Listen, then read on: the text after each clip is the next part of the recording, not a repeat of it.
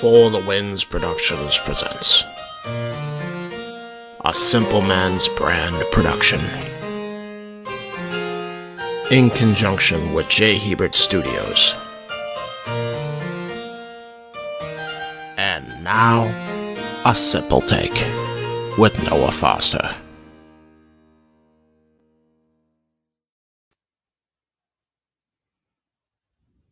The ones were determined as the Bloodline went to Civil War. Was it truly L.A. Night? Yeah, time. Or did a bitter hand of judgment enforce its own way and a new reckoning was born? Are we still waiting for the final verdict when it comes to the Judgment Day? And at what hands will punishment be unleashed? We had a special guest, and Drew McIntyre returned and now chooses to face the Ling General. And Shayna Baszler has once again proven to us why she has been the worker of the two as she turned her back on her friend. And we got new WWE Women's Tag Team Champions too. The Genius of the Sky rise by name and claim the Money in the Bank briefcase for the first time. This and so much more to be discussed as we bring you once again another WWE PLE Simple Take as we go back through the events that occurred at Money in the Bank.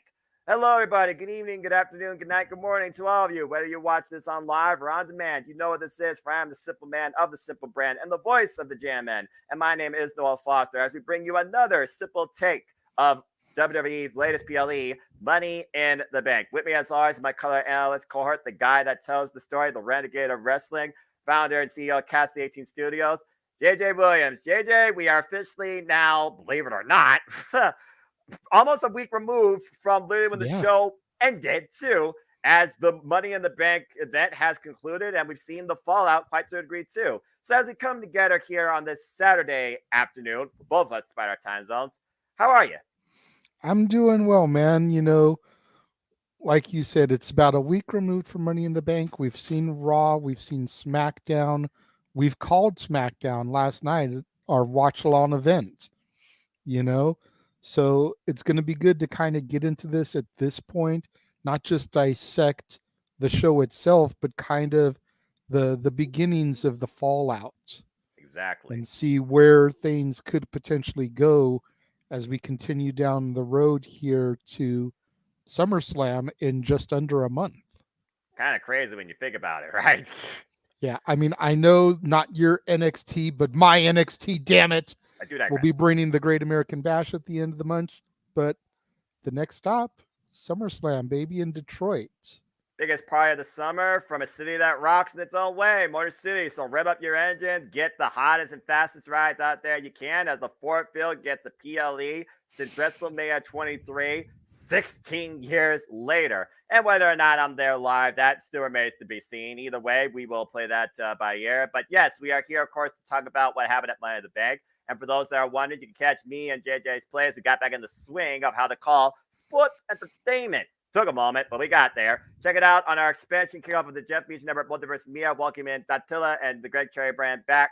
So check out our play-by-play coverage if you can of that as well. And as JJ alluded to, me and him called SmackDown from MSG. I'm glad Aaron Riff finally fulfilled a lifelong history dream along with Mrs. Riff. Glad they had a good time. And of course, we also call Rampage 100 of his milestone show, me and James Hebert, because we're always calling all things wrestling, it seems, here across the Jeff Beach Network Multiverse of Media. Shout out to MakeW family, of course, and all those social media platforms, including the Twitter. And again, for those that are watching, please subscribe, comment, tell a friend, give it a thumbs up, super chat this man, super chat Cast 80 Studios. Follow the link there, particularly if you can. He's monetized. Show him some love. And if you want to dictate the conversation or cause me further embarrassment of dignity for some stupid shenanigan, super chat. It's as simple as that. But without further ado, JJ, because I know we got plenty of shenanigans to come in and out of sports entertainment very soon here too, including tonight. Let's get right into it. So yeah, the latest PLE was Money in the Bank, emanating from across the pond in London. Cheers to my friends from the UK, including rising superstar Amara Jade, aka Megan Chiba. Please follow her at Amara Jade on social media platforms, folks. She makes her way across the UK scene and beyond. Wish you all the best, my friend. Prove your worth that you are more valuable than your name implies, because Jade is the most precious thing. Jayde, by the way, JJ, just saying. That being said, yeah, so Money in the Bank came to us from London in, I believe, the O2. And what Yes. a boisterous crowd that was when, again, it comes to international showcasing. It's a different feel. It is a respect. It is a treasured moment. It is a huge anticipation for why we are so surrounded 24/7, 365 by this industry to the point it burns us out or we rate it heavily, critically. Ayo. I feel that we take it for granted sometimes and underappreciate it because here in the States, we are spoiled. We have everything all the time in some capacity. They do not. And I still believe that the UK is probably the most passionate, actually Japan, fan base on the planet for the professional wrestling industry, continuing the lengths and the legacies that wrestling goes in this area, way beyond Lord Rigger was even a thing. And we talked about SummerSlam 1992. We talked about the insurrection events. And of course, we're going to talk about AEW All In. And I do wonder if a certain individual who showed up there with just a little bit of hindsight of competition, just saying.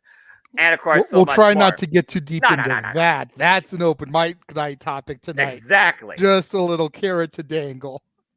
I have to tease. I mean, hey, that's what we do here on the WWE, Absolutely, right? But I think you hit the nail on the head here. We in the States are spoiled rotten when it comes to entertainment in general, but especially professional wrestling. Damn it. And I have thoroughly enjoyed what Paul Levesque, Triple H, has done since he pretty much kind of took over the reins when Vince stepped away last year. And whether Vince is back or isn't back or has his hand in the cookie jar and how deep is it in there is irrelevant. Exactly. There's still a lot of stuff that you see on a weekly, monthly, and yearly basis that is so blatantly stamped with Triple H on it. And I love how he's trying to take the global juggernaut that is the WWE and truly make it feel more global. We had Elimination Chamber in Canada. Yep. Canada's had pay-per-views before. That's not a huge deal, but it was the second show of the year. We then went to Backlash in Puerto Rico, which hadn't had a pay-per-view since 2005. SummerSlam. 18 years. Then we went back to Saudi. And again, Saudi, something that they've been dabbling in for a while here, but is the Saudi deal even 5 years old? It's still something that's kind of fresh at the end of the day. Mm-hmm. They would go over there and do the tribute to the troops things for a while in 03, 04, 05. But after a while, that became an in-states arena show, and they kind of stopped going to the front lines. So let's just, for argument's sake, say it's something that's been the last 5 years. That would be like 2018 was the first Saudi show. That might be pretty on point. I know it was when I wasn't really watching, so forgive me if my pinpoint accuracy isn't spot on. But then we went to London. And yeah, we had SummerSlam 92 there. There were, Capital Carnage and Rebellions and Insurrections and UK exclusive pay-per-views, but we've had 4 of the first 7 shows this year take place in a foreign market. Exactly. That's Triple H trying to make WWE a global juggernaut once again. And you gotta wonder, your NXT had the Beast from the East show in Japan. And NXT TakeOver London and NXT UK. How long until we get a PLE from Osaka or Tokyo? Don't rule it out. I mean, it goes back to what Triple H originally wanted to try and do with the NXT brand itself. He called it global localization. But now that he runs the WWE, he's taking the entire company across the world. You just brought back earlier this year the LWO, the Latino World Order. See. How long till we get a PLE in Mexico? I'm surprised they haven't hit that yet. When's the next time they go back to Australia when they did the first ever Super Showdown there before Saudi Arabia was even a thing? I was just about to make a comment about there. You got stars like Rhea Ripley and Grayson Waller.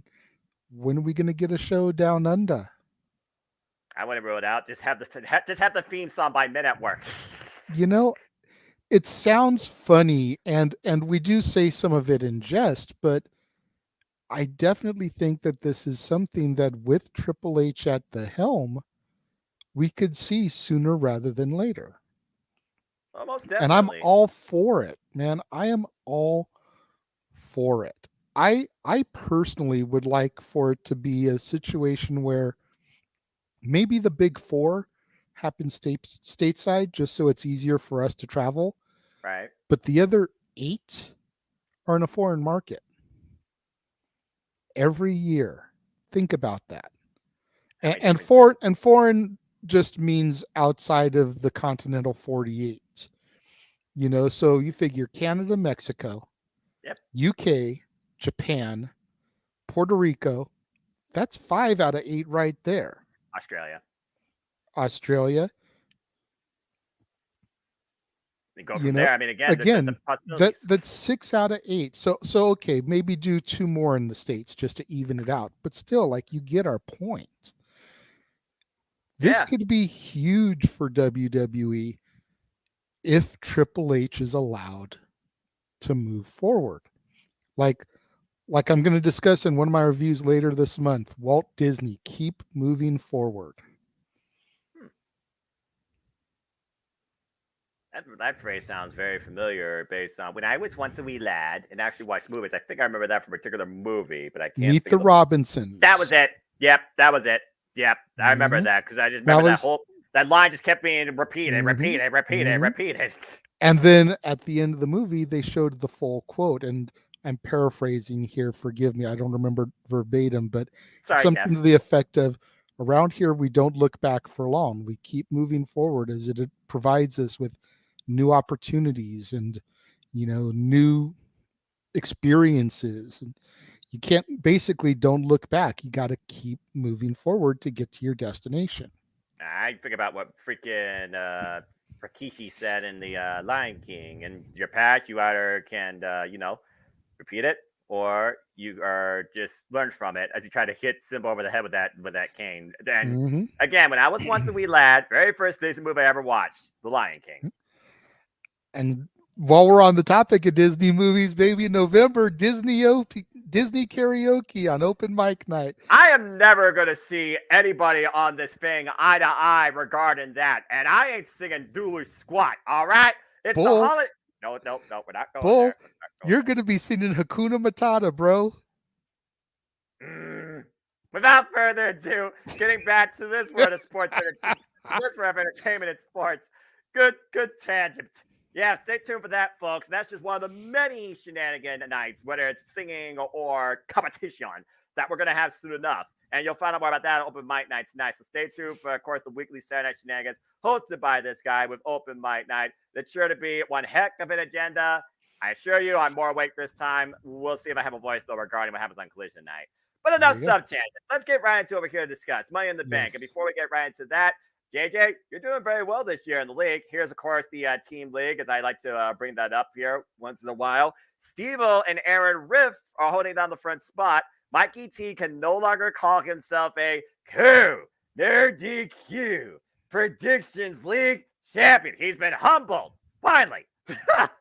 I see that. I see Big G knocked him down because, he's just happy to be there on the list. Always happy to be here. And Caitlin and Caitlin is higher up there. Jeff. Yeah, Jeff. Yeah. Mikey T tied with TJS. Yeah, the gaps are very small actually here when you consider I'm all it seeing takes that. is one big throw up of a show and you are screwed. And of course, our next stop will be SummerSlam. And of course, that's going to be a busy week as hell. When we're going to get the latest of the multiverse back together for that. Yeah, we'll talk more about that later. But that's where the league stands right now for the team. And the Galaxy is posted on my Twitter for those that want to see it. So, Steve-O, Aaron Riff, good luck at the halfway point. You're holding it down, but everybody is particularly coming after you. In this case, particularly Walter and Big G and Caitlin. I have a question. Who is Kayfabe Candy Ass? Is that anybody I know?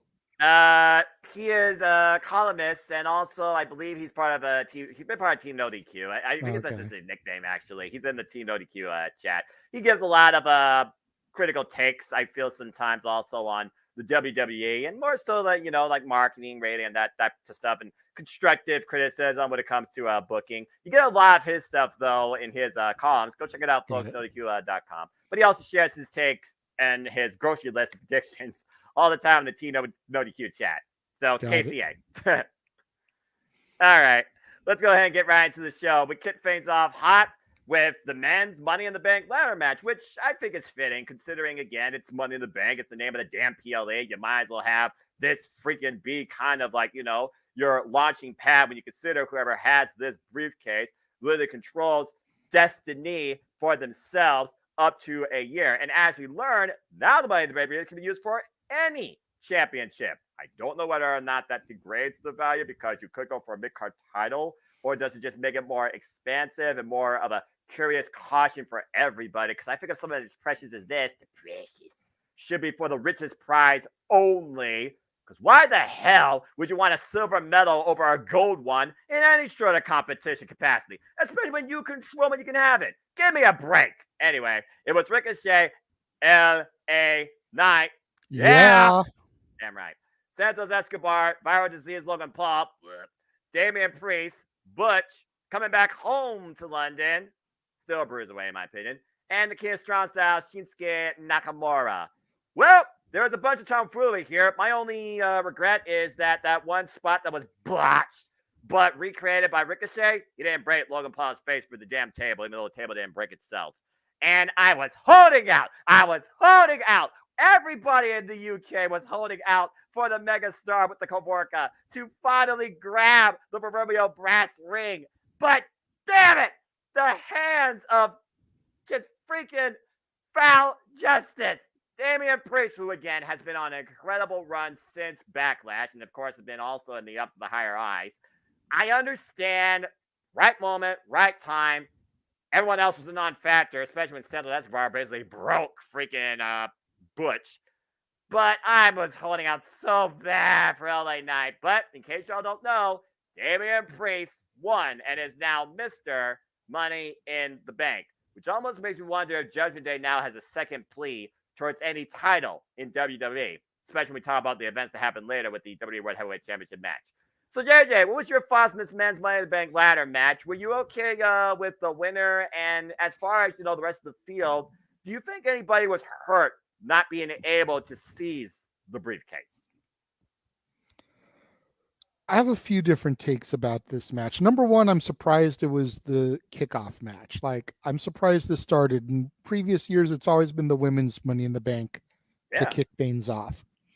So the fact that they gave it to the men kind of caught me off guard. As disappointed as I am that L.A. Knight, didn't get the briefcase, I'm not entirely mad that Priest did. Even though he wasn't my official pick or even second pick, because I didn't think that they weren't going to give it tonight, and I figured Jeff sold me on the Logan Paul shtick as far as marketing and publicity and everything. Again, it's a business. I know. So Jeff kind of sold me on that, to where I was like, okay, well, if they don't give it tonight, I could definitely see them giving it to Logan. But I'm not mad that Priest got it. Priest, ever since I first saw Priest, I want to say it was in the Rumble match. I forget which year it was. It might have been 2021. Because even though I wasn't watching full time yet, I would still occasionally tune into like the big four. So it might have been 2021 or 2022. Well, no, it definitely wasn't 2022 because it was before that. So it might have been 2020 or 2021. But in any event, from the first time I saw the Archer of Infamy character, there was something about him that just mesmerized me. Tall, had the look. He's what you would expect for a Vince McMahon guy. Mm-hmm.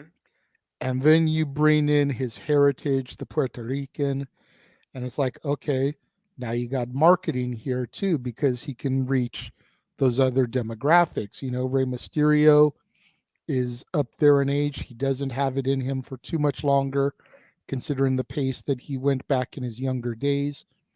And while Priest isn't the same style of wrestler as Mysterio, he could be marketed to some of those demos. Oh, big time. So I wasn't fully upset. The botch, as it were, I I'm not really sure who to put the blame on for that. It would be very easy to put it onto Logan, but I don't believe it was Logan's fault. And Ricochet did the best he could to improvise and still make a spectacular spot, and he did. Logan even admitted in an interview, he was like, I'm not a full-time wrestler. I don't know how to improvise those things. So he basically said, I gave the reins to Ricochet and he pulled off something great for us. You got to commend him for being that humble when it comes to his flaws in the ring. Despite what people want to say or how they want to feel about, as you call him, the viral disease. I got a track record for that. As far as did anybody really get hurt by not getting the briefcase, the only person I could see that really, really could have tried to make a major thing out of getting it was Santos Escobar. Ever since the Legado del Fantasma got called up to the main roster and then is now morphed into the LWO, Santos has just kind of been there, but hasn't really been as prominent as he was in my NXT. Damn it. So while I think he probably would have been an Austin Theory and a failed cash-in, I think they probably could have used him getting the briefcase to kind of further elevate him in some storylines. Because right now he's just shadowing Rey Mysterio at the end of the day. Zelina Vega is getting more screen time than Santos Escobar. And let's not even start to talk about Joaquin and what's the other guy's name?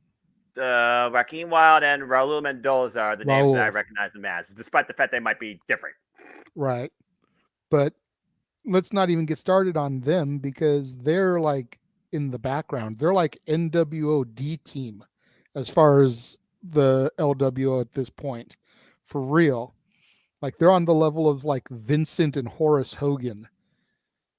Like they're there, but are they really there? Hindsight's 2020. Like maybe they get main event matches, but I already have a hard enough time watching what's on my TV screen to go to Peacock and watch the freaking main event matches. So it's just kind of one of those things as far as they go. Yeah. Well, Ricochet, I kind of knew was never going to get the briefcase. He was in there to be that counterpoint, the yin to Logan Paul's yang. As it seems to be. Because you think about the Royal Rumble and the two of them colliding in midair. That was and now here we have Money in the Bank. And now this coming week on Raw, Logan Paul has been invited to go face-to-face with Ricochet on TV, which is probably going to set up Ricochet versus Logan one-on-one at SummerSlam in Detroit at Ford Field. Another big money spot for Logan to get in there. We're talking a stadium. We're talking 60, 70,000 people in Detroit, Michigan. At least I would hope. To watch him show up and show out as Logan Paul does with Ricochet, another guy who's notorious for showing up and showing out.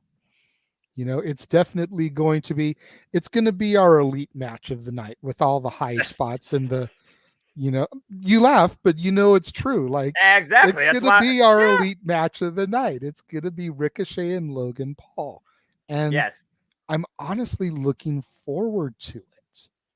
I've not been big on Ricochet since coming into things. Like, he's good, but he just seems like, and forgive me for this terminology, he seems like a spot monkey. And I've never really been fond of spot monkeys if they can't make it tell story. Very fair. And Ricochet seems like a spot monkey more than a storyteller. So it's going to be interesting to see where they go as far as Ricochet and Logan Paul. But I'm curious and excited to see what develops in the next month. But good luck to Priest. I mean, he's already kind of made his presence known. Almost cashed it in that evening. Almost cashed it in the next night on Raw. Oh yeah. Little bit surprised we didn't see him, make the world tour this week and pop up on NXT and SmackDown just to kind of show his face and be like, don't forget, I have this anytime I want in the next year. Lurk in the shadows. And somebody asked, I forget if it was on or off the air yesterday, about him cashing in on the NXT championship. And what would that do? Would it make him like a C-level champion, kind of like how Theory cashed in on the US title? Or would it elevate the NXT championship? And it's like, I feel like if he cashes in on the NXT title and still represents it on Raw and on pay-per-views, I think it'll be an elevation to that championship. Could you imagine Damian Priest cashing in his briefcase against Carmelo Hayes versus whoever at the Great American Bash, and then strolling into Ford Field and defending the NXT championship on SummerSlam in front of 70,000 people? And might go back to that conversation and that little fun debate we had a few weeks ago, where again, maybe your words will be justified. Maybe I will be proven wrong, but I still say NXT was always at its strongest when it took over the weekend. And as far as I know, you don't have a takeover in this NXT anymore, and you don't have an NXT event the day before SummerSlam. Considering SummerSlam, I believe it's on a Saturday. Wait, what? It is Sunday? No, it's on a Saturday. Okay, so yeah, it's on Saturday the 5th. Yeah, go Saturdays, pick a shells. But yeah, and 4 weeks from today. Crazy, right? Stay tuned for that, folks. Yeah, so to go along with everything you said, though, for me, the last time Ricochet actually told a story was when you and I called Worlds Collide, and the former NXT North American champion challenged the current NXT North American champion, more so about, okay, whose house really this is, homeboy. That was really the last time that Ricochet did tell me a story, because it showed a character dynamic with Carmelo Hayes that counteracted but also worked so well with him. Ricochet, for me, is not that polarizing, viral nonsense that Logan Paul is, but I will say this, Ricochet has proven how full of himself he can be in these crazy spots when Logan Paul encourages that madness and goes along with it due to an experience as a competitor in that ring. So right now, this dynamic of him and Ricochet seems to be the best fit for him since coming to WWE. So if nothing else, this will be, I feel, a proving ground match once again for Logan Paul if this is made official by Adam Pearce. And I could definitely see that happening. It almost makes me wonder, and this is just me going out there because Braun Strowman's been MIA. Everyone forget Braun Strowman? I have. Would they actually turn Logan Paul and Ricochet into a tag team? It's always possible. I mean, you talking about that made me think about this, and here's a great analogy. Go for it. Logan Paul is 1999 Shane McMahon. He's the kid that doesn't really fit in the ring, but's willing to go out there, sacrifice himself, do that death-defying spot that's going to get people talking, whether he wins or loses. Ricochet is his X-Pac. You think about the Shane McMahon X-Pac rivalry in 99. That is what we're looking at here with Logan Paul and Ricochet. Except Shane McMahon and X-Pac. Except one's not just constantly sweating like crazy. All right, well, that's a fair take. Either way, LA Knight, yeah, still over Yeah. as ever, and should be. And should be. And Damian Priest deserves the win. Everybody else, they kind of did their spot. And if nothing else, Ricochet and Logan Paul got something going for them.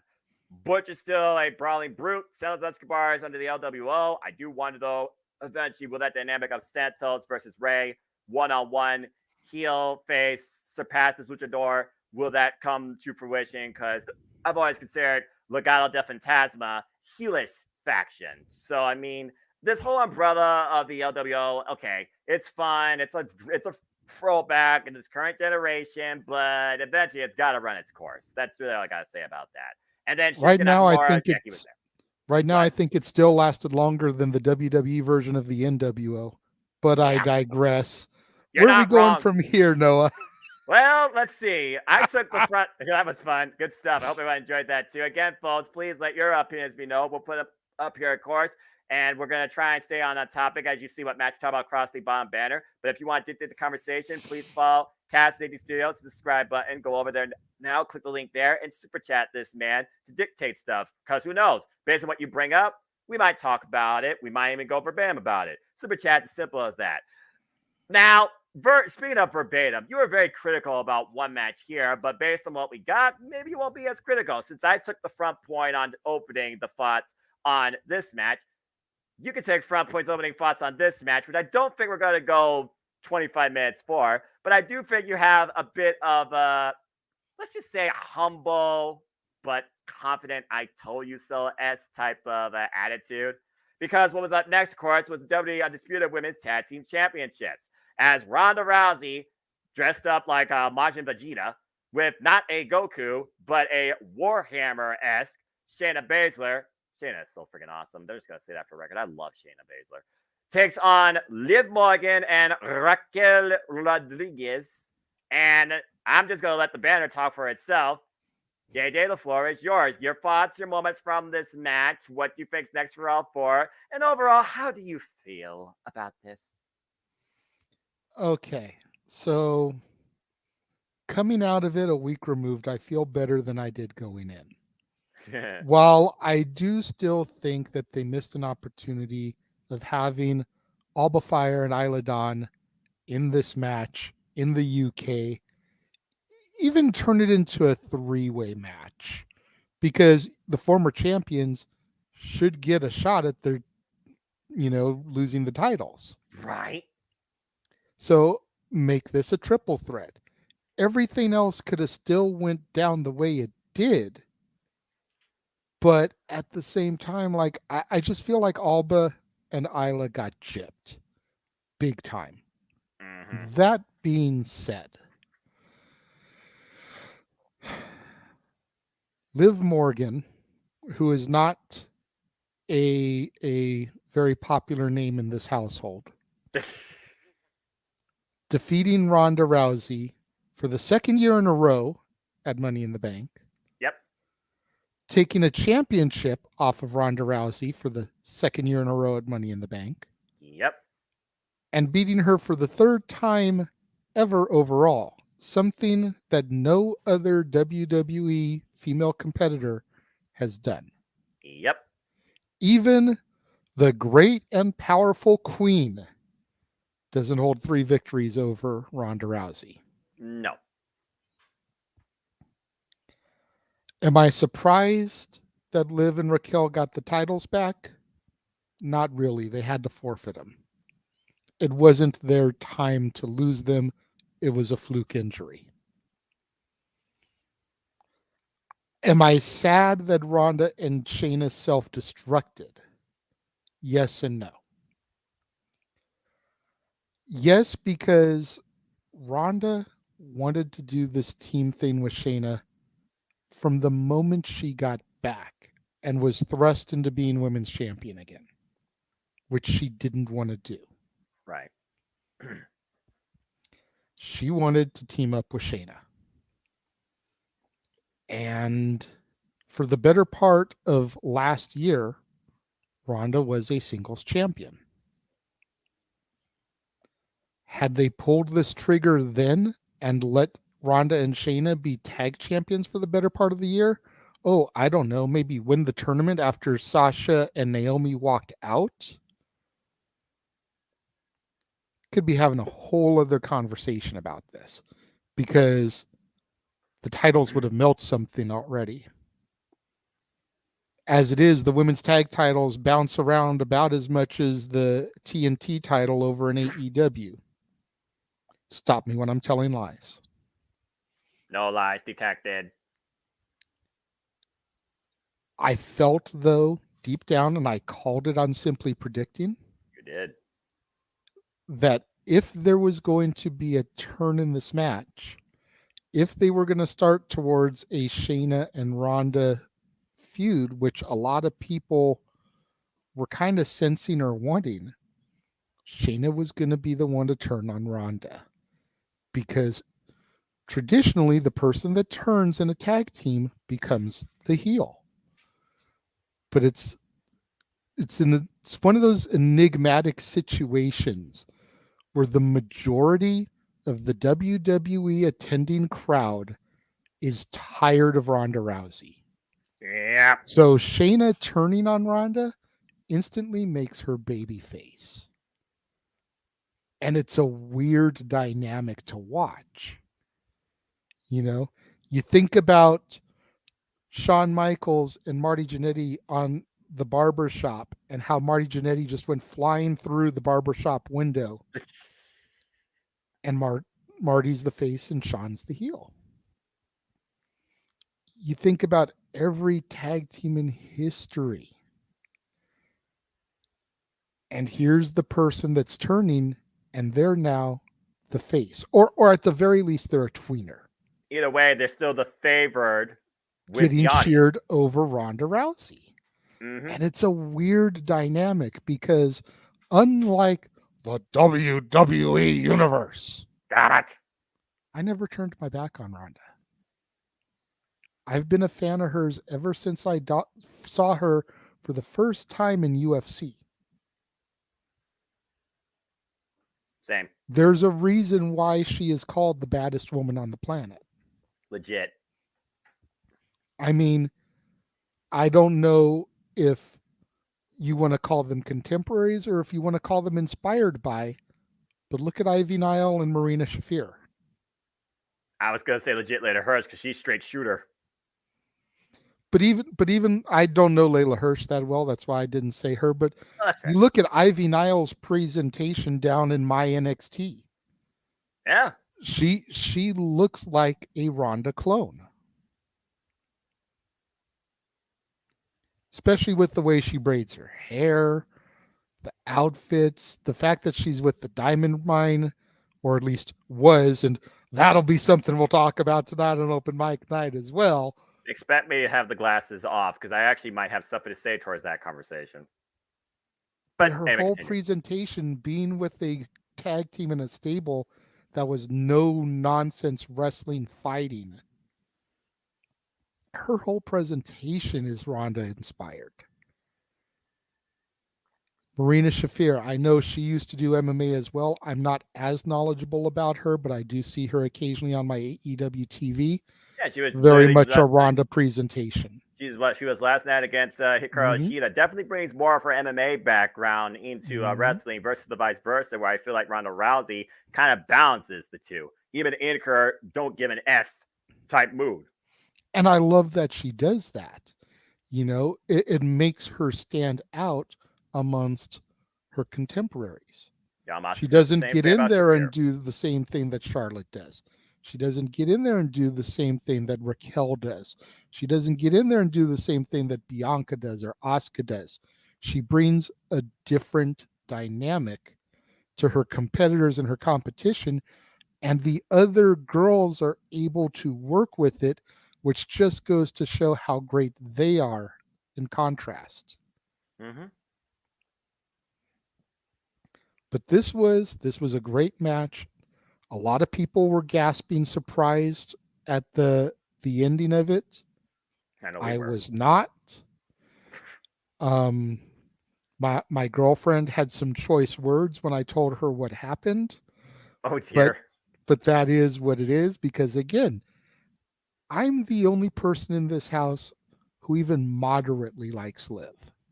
I'm not a huge Liv fan, but I like her more than the rest of the house. Oh, fair enough.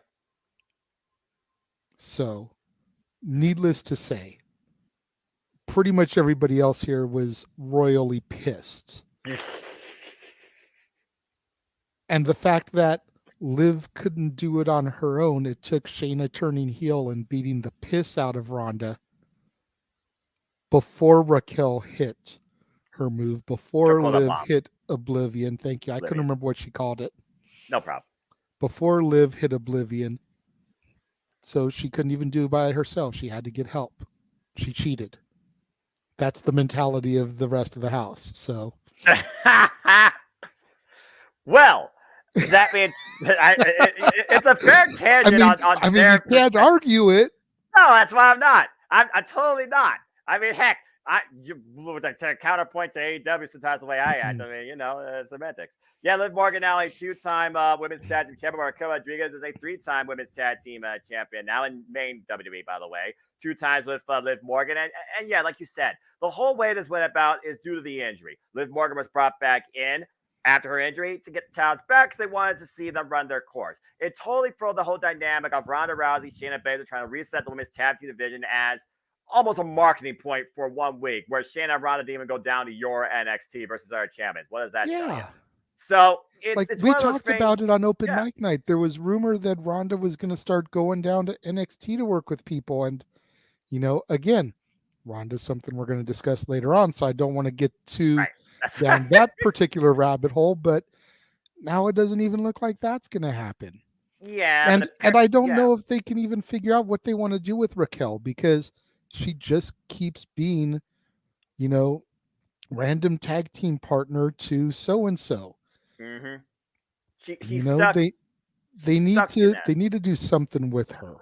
And there looks like we might get Rhea versus Raquel at SummerSlam based off of what happened on Raw this past week. But I mean, hopefully she'll go out there against Rhea if that happens, and she'll make enough of a stink and a showing to where they realize, okay, we need to do something with this girl because Big Mommy Cool has had it ever since I started seeing her, and I'm sure before, because she was around in your NXT, right? Oh yeah, I was about to say Raquel Rodriguez and Rhea Ripley had a war of the badasses on Rhea Ripley's way out. When the last time you saw Rhea Ripley in my NXT Black and Gold, she was planted with a choke slam through the stage as Raquel stood over her, no smile, in victory in a last man standing match. That's the Raquel Rodriguez you need to see on the main roster. See, so we need to get back to that. Like I've said since I first started seeing her, she needs to stop smiling. Her smile comes off as phony and fake. She's legitimately brown as that back. She is a heavy-duty bodybuilding badass like Jordan Grace. And the only reason Jordan Grace smiles is because, well, Jordan Grace is Jordan Grace. Different dynamic, but you get what I'm saying. This woman should be like literally breaking people like Liv Morgan apart, not relegated to the women's tag team division like Wardlow's been stuck in the TNT title vortex. Yeah, I mean, anyway, I just don't buy it with her. I want to see her snap. I want to see her go. I want to see her go like Kane monster heel. Yeah. And if it takes feuding with Rhea to make that happen again, please do. Yes. And yes. I mean, again, I'll say it till the cows come home, as the phrase goes. The women's tag team division should have crashed and burned when the Iconics were booked as jokes, as I look at them right here above my monitor. And the inspiration were legitimate tag team champions in Impact Wrestling. There has not been a legitimate women's tag team of a foundation of 2 women as a tag team since the Iconics, bite me to think otherwise, despite the chemistry Bayley and friggin' Sasha Banks had at best friends and lost at WrestleMania 35, which I still say bigger moment than Kofi Mania. That being said, again, tag team wrestling aside, women's tag team wrestling does not matter in WWE. What you should be booking is strong, predominant female competition for all three of your women's champions that, might I add, neither championship was defended on this PLE. Shocking. So literally, people like Raquel and Rhea, boom, that's a program right there. Liv Morgan, not the first time someone turned on her. She wants to be her own Harley Quinn with a giant steer collection. Let her be, let her go extreme. I don't give a damn. Book her and Nikki Cross. Give Nikki Cross something. Yes, I said Nikki Cross. F Nikki ASH, all right? Freaking monster. I've thought for a minute that Liv and Alexa should be a team. Then Alexa's a former tag team champion with freaking Nikki, and she's pregnant. Well, yeah, I know it can't happen now, but I mean, you look at the presentation of Alexa Bliss when she was doing the stuff with Bray Wyatt, and you look at how crazy, as you mentioned, Liv and the Harley Quinn stuff, they would go great together as a tandem. Yeah, again, logic and freaking, what should we say? Not hard to book, hard to finance. Tell that to anybody who literally has booked women's wrestling, like Gail Kim, like Rossi in Stardom. Heck, I'll even give credit where credit's due with AEW trying to create a women's division of singles competitors without having a tag team idea in their foundation, because they damn sure can't do a tag team division. No. Every other women's division has the strongest women's champion I've seen this year, in the undefeated Athena, that right now nobody can freaking take that title from her. Tell me when I'm telling lies. Women's tag team wrestling does not belong in WWE. Thus, there should be no championship. You have much more capability if you book your women correctly as top drawing singles competitors. You've had 4 chances. And either way, think about this. If Ronda and Shayna did win, just say did, and we were going back to the original narrative, Raquel becomes badass, Liv Morgan gets betrayed again.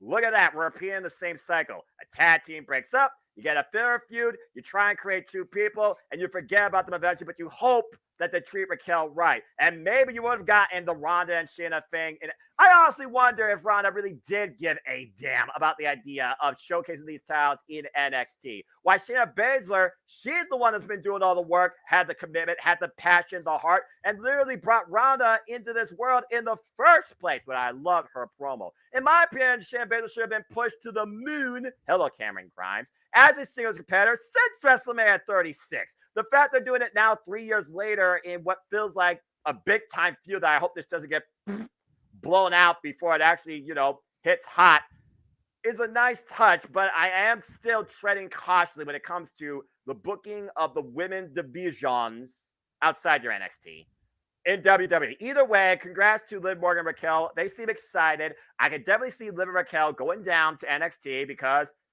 well, they're former NXT alumni. And Raquel literally won the Dusty Cup and the inaugural NXT Women's Tag Team Champions with Dakota Kai. Get well soon. I do think Raquel and Liv are a better fit to try and go down to NXT if they're going to still, and I'm always saying this because Triple H is still trying apparently, still try to define women's tag team wrestling. But you damn sure better give Abla Fire and Isla, Michael Cole, Isla Dawn, their rematch sooner rather than later. And as far as Raw goes, the Karens.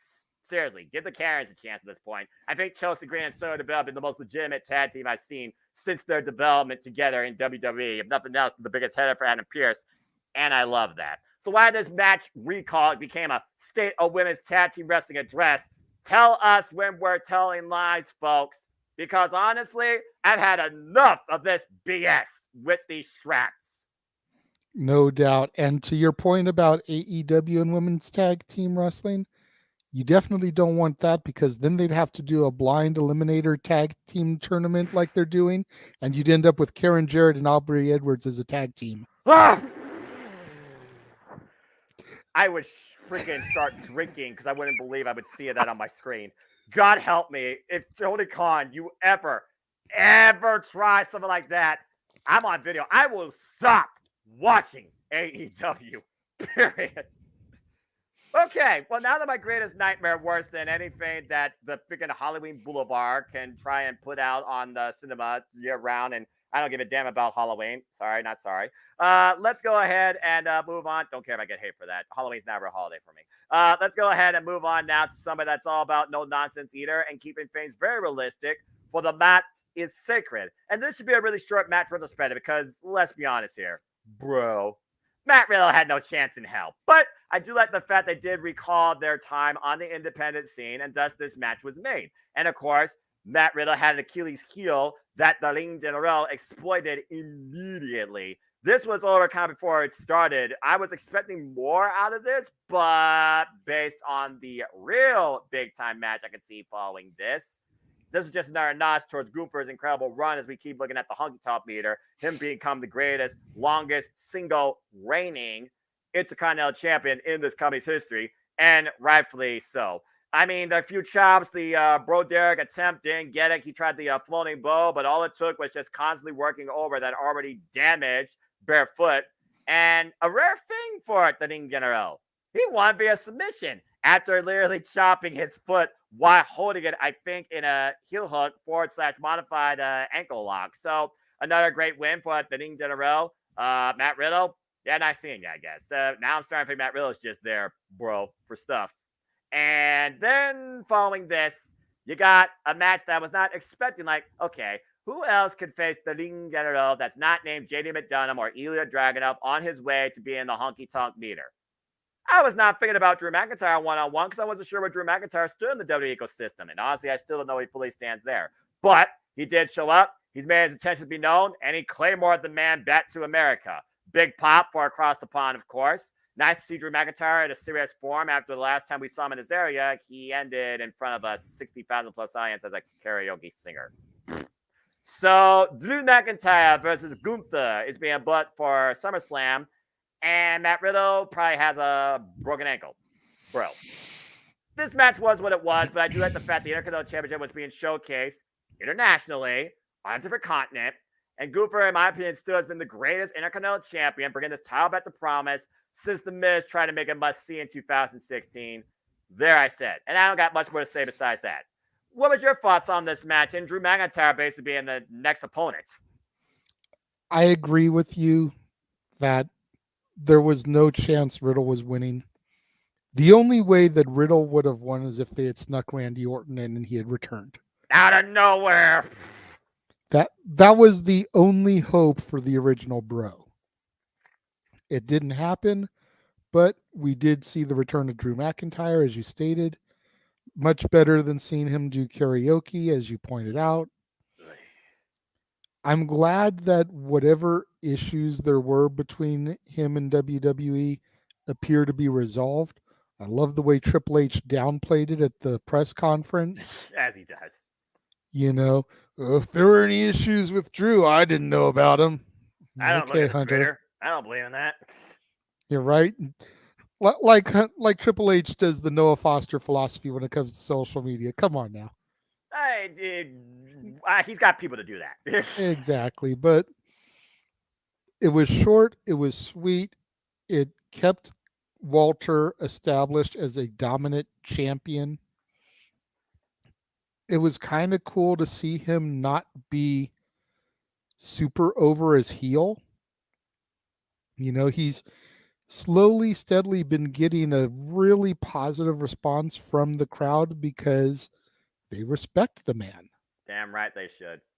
You know, the ring is sacred. The mat is sacred. Amos Tots is heilig. And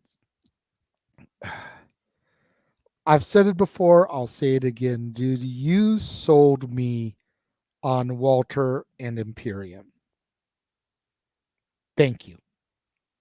One of these days, JJ, you need to watch NXT UK TakeOver Cardiff and look at the classic between Walter and Tyler Bate. Just saying. I will try to find a way to fit it in there at some point.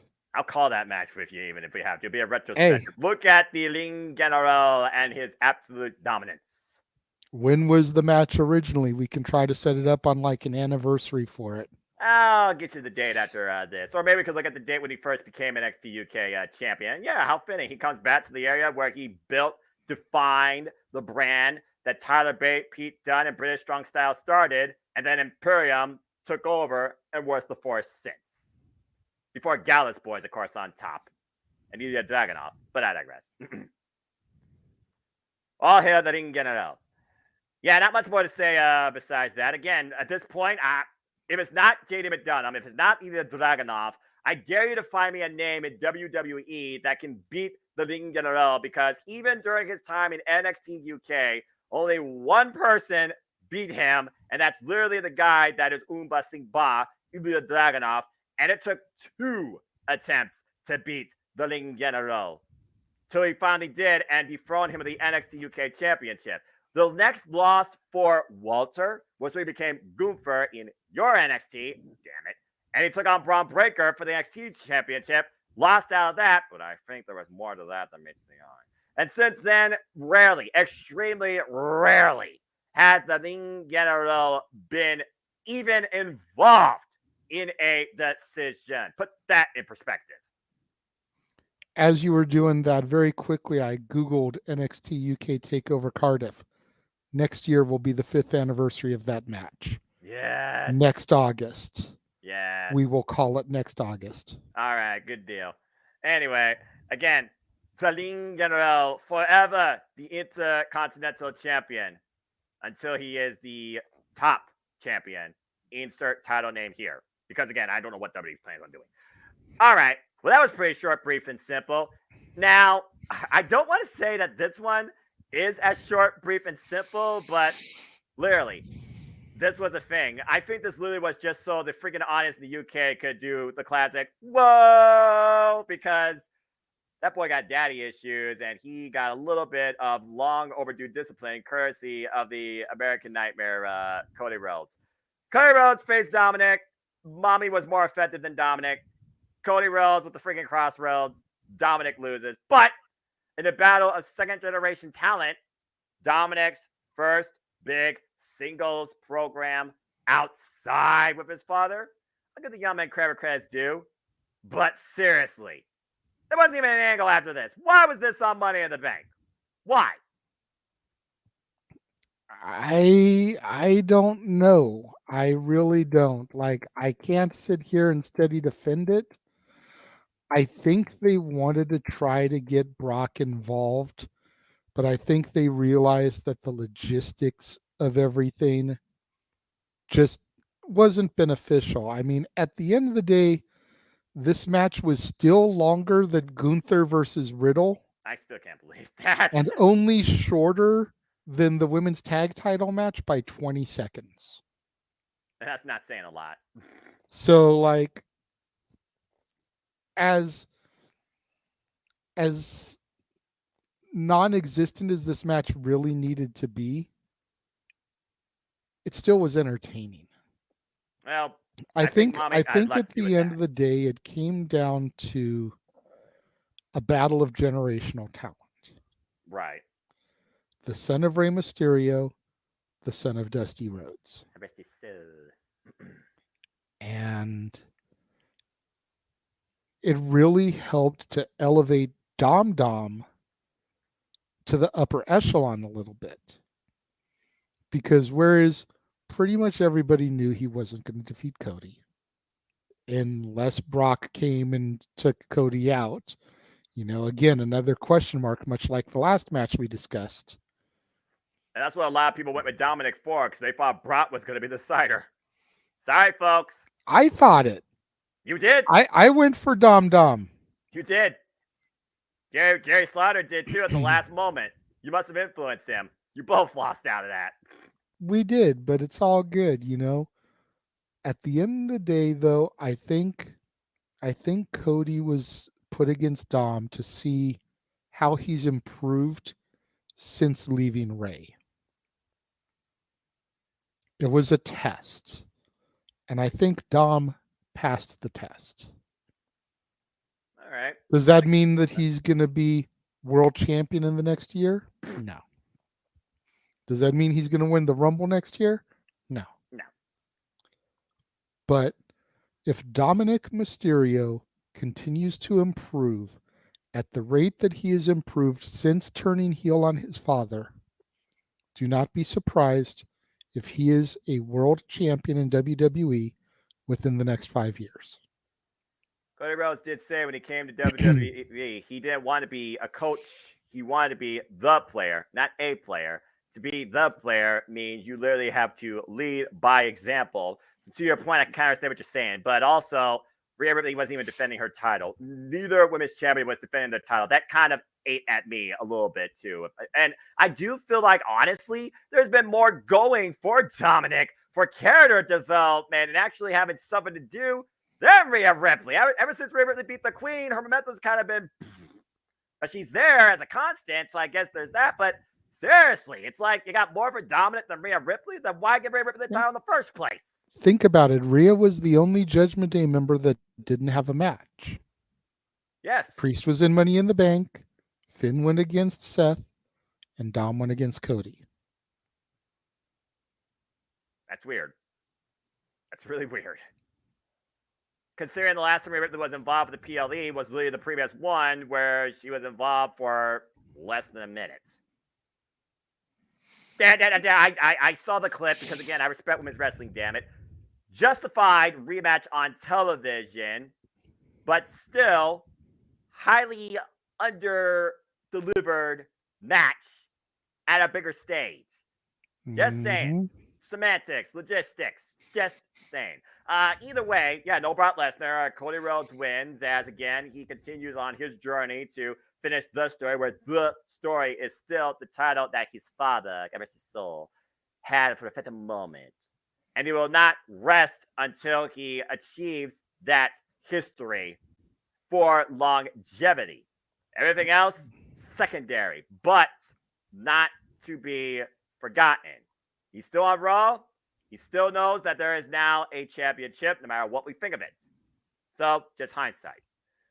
All right. Well, as we and unfortunately, it didn't happen last night at the Garden. Spoiler alert, folks. So I had to acknowledge that I am now beginning to believe in Joe Hendry. Say his name and he appears. Hey, don't give it away for free. People want to hear that, then they got a super chat to hear you've seen it. Hey, I just love that jingle. The gimmick works so damn well. I can't wait to call him defending the title against Kenny King at Slammiversary. Stay tuned for that, folks. We'll cover that here on the multiverse of media. And, I mean, a jingle is just a single line. That's super easy. I don't even have to say that. I could just say it. I could just William Shatner it. Anyway, yeah, it was what it was because the angle carried out the following night. And while we talk about SummerSlam being the biggest part of Summer being set up, I think we know basically what's next for Cody Rhodes, his continued journey to finish the story. But a gatekeeper stands in front of him from advancing still. And yet it was Cody Rhodes that picked this fight. So really, who's standing in the way of who in finishing this story? Again, hindsight. We'll talk more about that during SummerSlam because, Oh, God almighty, I'm going to be doing a different video probably every day of SummerSlam week. Lord help me. Let's go ahead and move on from there, talking about, again, what's to come, what surprises could be. Speaking of surprises, I, for damn sure, did not see this coming in any capacity. You don't have to say his name. You just have to freaking see him. You know who it is because his name is John Cena. That was random as shit, but awesome. It did appear to be random. And again, I'm not going to get too deep into this one because this is something that's going to be heavily addressed on open mic night tonight. But what you can address, he was in London. He was filming a movie. Mm-hmm. So it wasn't like they had to surprise fly him in. Right. All he had to do is go to the production company and be like, look, WWE's in town today. Is it a possibility that I can not be on set today? I'd like to go down, see the boys. He's John freaking Cena. Of course, they're going to tell him, go for it. 16-time world champion. So he took the day off, went over to the O2 Arena, said hello to everybody. That place exploded. And like, you're here. You want to do something? Sure. Hit his music, send him out there, blow the roof off the O2. Bigger than LA Knight. Yeah. And I mean, tease the crowd with the possibility of having WrestleMania in London. And again, I'm not going to go too deep because there's a lot of stuff I'll say on open mic night, but it was special. That's the word I was looking for because yeah, it wasn't a talked about it. surprise.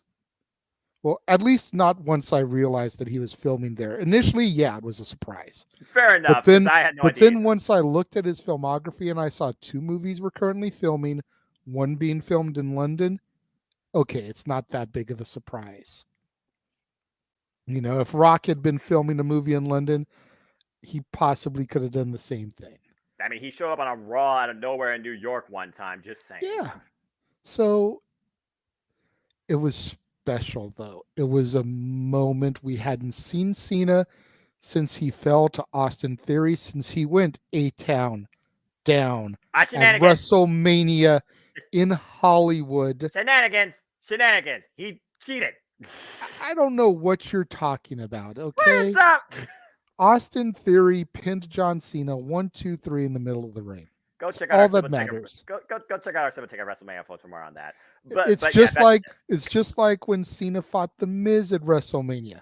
1, 2, 3, middle of the ring, clean, no shenanigans, no collusion, no electricity in that match whatsoever.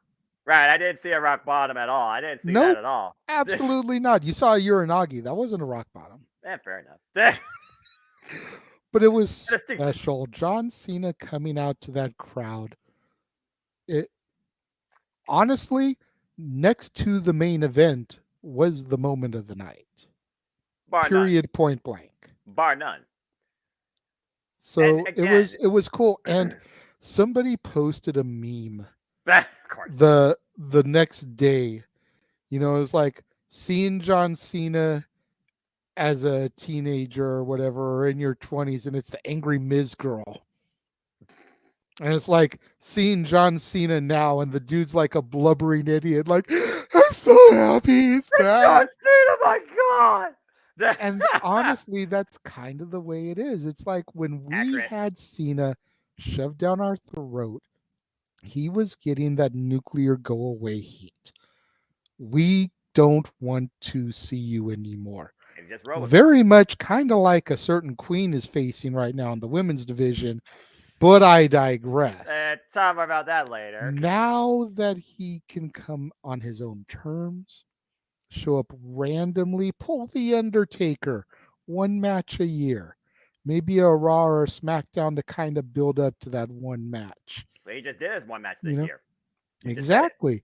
And then we got a random appearance here. You know, maybe we'll see him again come Survivor Series. You know, maybe he'll start to be a Big 4 type of guy. Saw him at Mania, saw him at Money in the Bank, so maybe not SummerSlam. And then maybe we'll see him later in the year, or maybe in time for the Rumble.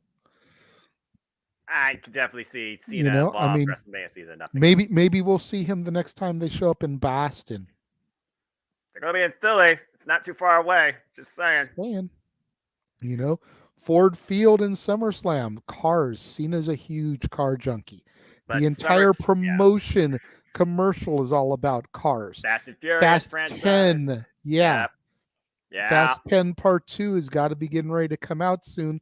Maybe that's where they'll give the first little tease for Fast 10 Part 2. Who better to trot out to the ring to show the trailer, the world premiere? Oh, Lord. Brought to you by Fast and Furious. I could see SummerSlam being brought to you by some Matt. Or just John Cena rolls up again a freaking Ford Mustang through a freaking glass pane like he did at WrestleMania 23, because it just sounds like Motor City screams John Cena needs to be there and driving a super fast car on closed off the streets. But also, to go at your point, I am going to say this, and this is a bit of retrospective. He does not have the strongest winning record at SummerSlam. He's had some of his worst moments there. Granted. Just saying. But back to seeing him, it was special. It was a moment. And the people, and the way it was just a big thank you, acknowledgement to the audience, their passion. and the fact that some of the higher ups say you guys take over the show, but the fact that you guys react and immerse yourself the way you do versus anybody else on the planet, which is a damn fact, that's what makes this so damn special. That's why this is defined by you, for you. We thank you. And I do believe that you all more so deserve and actually can have a WrestleMania. We talked about before we went on air the history of the passion, the investment of professional wrestling, damn it, and sports entertainment for that matter, in this era. You literally ratted off all the freaking events to a freaking degree, and good to see Emmanuel. And apparently he will never acknowledge the character John Cena, and that's his own choice. But the whole idea... And really quickly to that point, Emmanuel, which version of Cena was that out there? He didn't wrestle. He didn't do the 5 moves of doom. He was just being himself. Yeah. That was John Felix Anthony Cena. That wasn't the Chain Gang Commander. That wasn't the Doctor of Thugonomics. That wasn't Mr. Hustle, Loyalty, and Respect. That was just John Cena, the man. Even though he's got new merch, buy the shirt. He's had that for a minute. That was around the Theory time. I think he had that for the Theory match. Oh, okay. The G.I. Joe stuff, yeah. He's got too many shirts. But yeah, let's go ahead and you want to talk about too many shirts. Roman Reigns seems to have a new one every week. Right? Y'all frugal. I'm frugal. I ain't buying none of that stuff. I haven't bought a WWE shirt since Undisputed Era. Anyway, that's a different story. As we talk about this segment and being special and being a moment, someone who wanted to make it go viral even further, here comes your boy, Grayson Waller, who literally said, screw London. What about WrestleMania Australia? No. I completely agree with Cena here. And while venturing to Australia, as we talked about earlier, is something I would love to see, I don't think that they deserve a WrestleMania prior to London. Absolutely agree. I mean, you almost wonder why London hasn't gotten one already. SummerSlam 92 was at Wembley. It has been 21 years, 31 years almost. 1992, right? Yeah, 31 years. Yeah, 31 years. You're on point. Since they've had a major pay-per-view. That was one of the very first pay-per-views I ever saw, because I was born in 1992, and my mother, God bless her, brought me into this business in the first place because she was a fan during the 90s. And then 2001 happened. Anyway, different story. But I mean, 31 years since they've had a major pay-per-view. They deserve it. And again, timing is key. This is all going to be stuff we go into on open mic night. But exactly, Australia is coming. Maybe by WrestleMania 50, we can get there. That'd be interesting, Mouse. At the end of the day, that's only 10 years away. Because next year is WrestleMania 40. I'm just going to say this, though, real quick, JJ. Despite the fact they love doing biggest venues possible, you got to consider, again, what we just called on Friday. It's the mecca of sports entertainment. If you're celebrating 50 years of WrestleMania, I don't care if you have to make it exclusive or make the building even bigger. I say you do it at Madison Square Garden. There's no way you could do the modern WWE WrestleMania at the Garden. Unfortunately. Well, damn it, that's true. I forgot there's 2 nights. You are correct. Damn it. They have just gotten so grand, so spectacle, so huge overkill that sometimes. You need a stadium. Now, it's been years since I followed baseball, but you could do it in whatever New York stadium the Mets or the Yankees are now playing at. Hey, Stat Boy, help us out here. You know? Right. So that's a possibility. You could go to Jersey like they did, a few years back They usually do the NJ area in MetLife Stadium is the one you're Yeah. referring to. They've done that at least, I think, twice now, to my knowledge. They did at 29 and I think, 35. So it's like they could go there to try to get that feel for it, but at the Garden, you could maybe do NXT at the Garden for that weekend. Fair. Hey, that might be the But biggest show in your NXT's history. but you're not going to get WrestleMania at the Garden, unfortunately. Damn it. Fair enough. You're right. And apparently Emmanuel agrees with the idea. But yeah, call it what it was. It was a moment, despite Grayson Waller trying to make everything famous on Snapchat, TikTok, Instagram, and all these other dumb social media engines that the IWC likes to cater their tribalism to like a freaking plague or a freaking disease. Sorry, not sorry. Anyway. Well, I know a good majority of the multiverse of media jumped onto trends when that launched a few days ago. Oh, God, here we go again. Yeah, we'll see how long before that gets catered by some billionaire with an overinflated ego and a giant ass wallet. What would I do if I had a freaking 7/12-digit budget? Not invest in this dumb shit. Tell you that much. But I digress. Anyway, yeah, it was just one of those things where I think about John Cena, his commitment to WWE, his appreciation for the constant support for us, even whether we hated him. Again, polarizing, the most polarizing figure in WWE history. Let's go Cena. Cena sucks.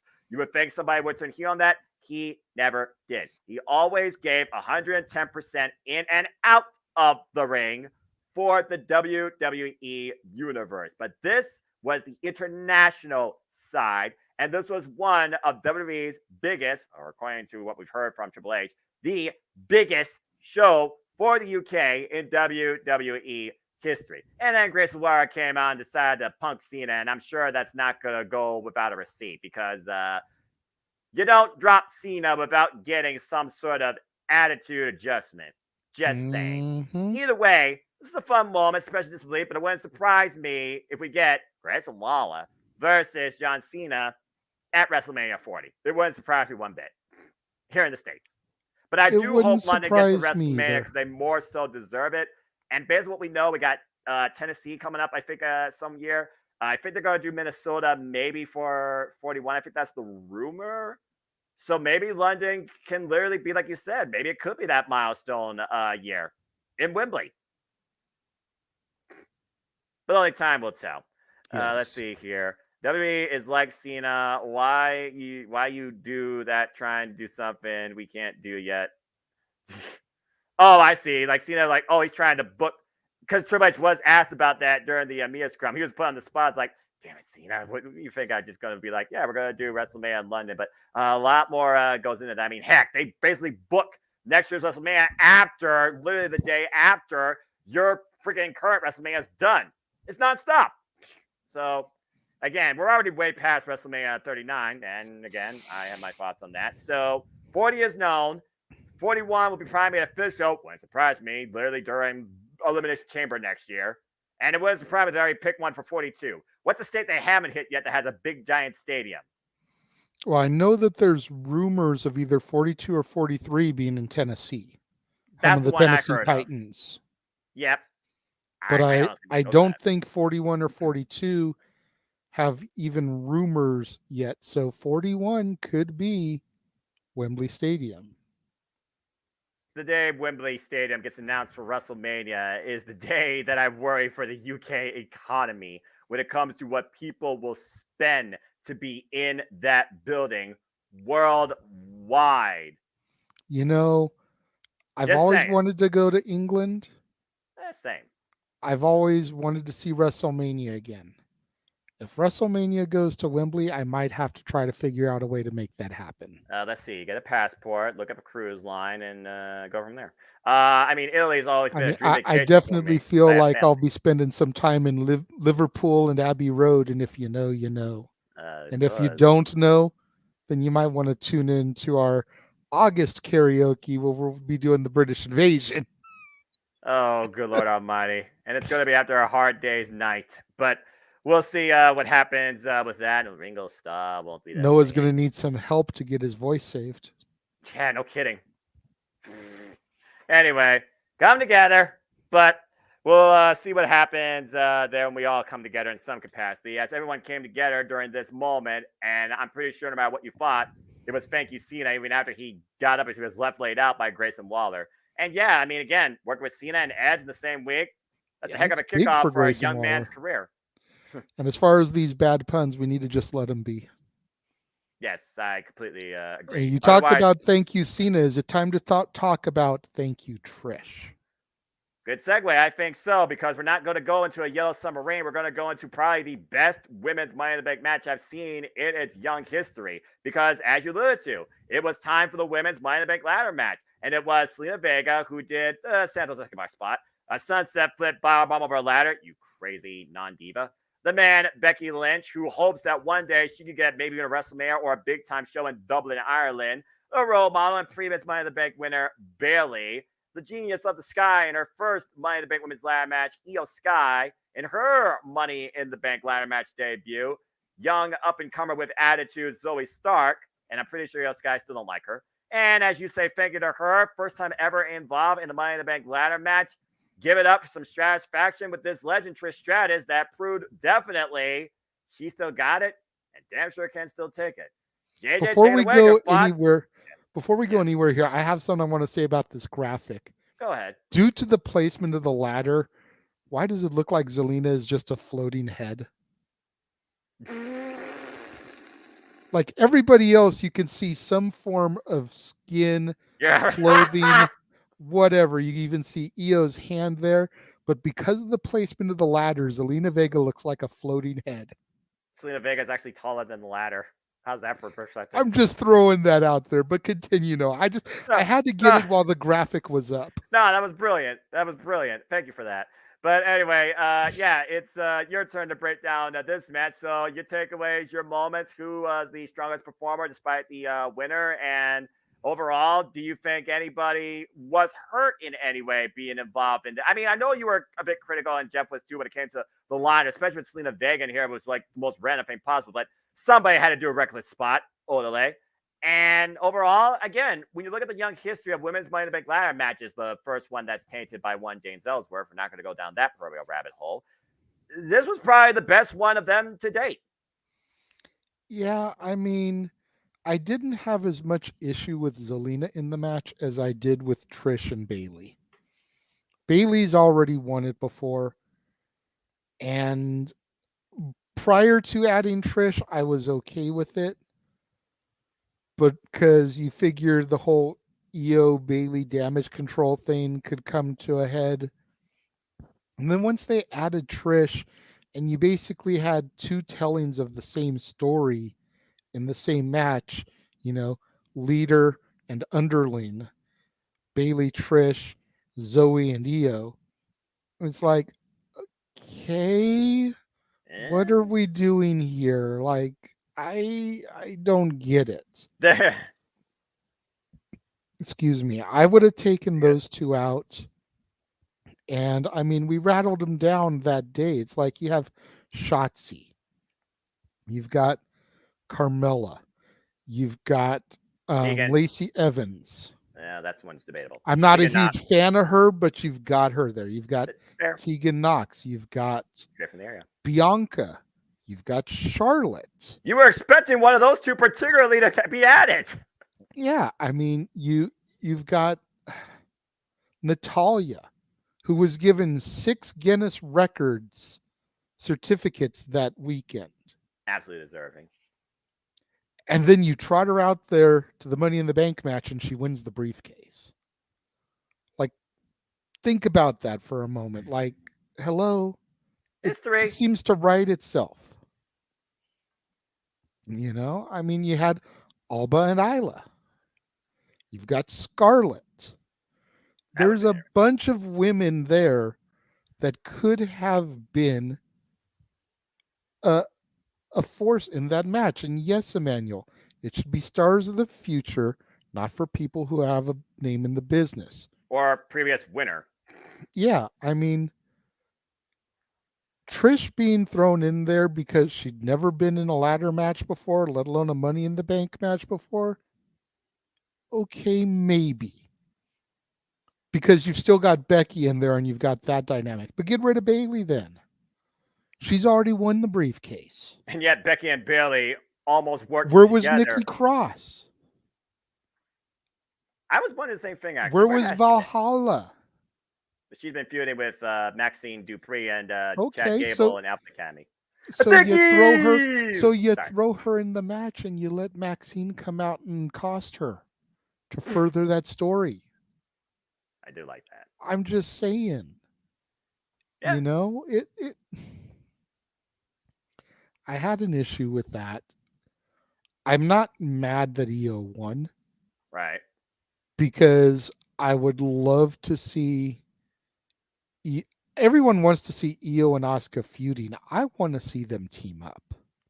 Kabuki Warriors reincarnated, to be fair. But hey, I would honestly, yeah, I would honestly like to see her cash in on Rhea. And then you've got Io and Asuka both dominating the division, come together to go after the tag titles. Or face each other off a Survivor Series and actually make the brand supremacy matter. There's that too, but then you can kind of do like the two-man power trip where both of them are essentially the WWE and World Women's Champions, and they hold the tag titles too. So what Bailey and Sasha Banks did during the pandemic. Yeah. Wasn't really watching back then, but yes, if it's been done before, then absolutely. Yep, they did it. I think that would be brilliant. And what better way to then lead into a potential PLE in Japan than to have your two women's champions and the women's tag team champions be Japanese women. Mm-hmm. Not WrestleMania yet, but like I said, we did the Beast from the East from there. Maybe we can get Elimination Chamber from Tokyo, Japan. The month after Wrestle Kingdom. Oh, that'd be awesome. Just think about it.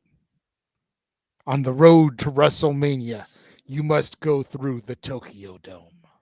You must be tested, young grasshopper. And they could use Jackie Chan for the voiceover.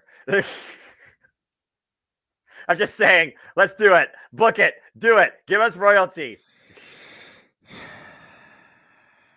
I don't know if Bruce Lee can still do that. Like, or get the actor from Karate Kid that did the dojo thing, because they like to do that stuff. Why not instead get somebody who legitimately has history with WWE?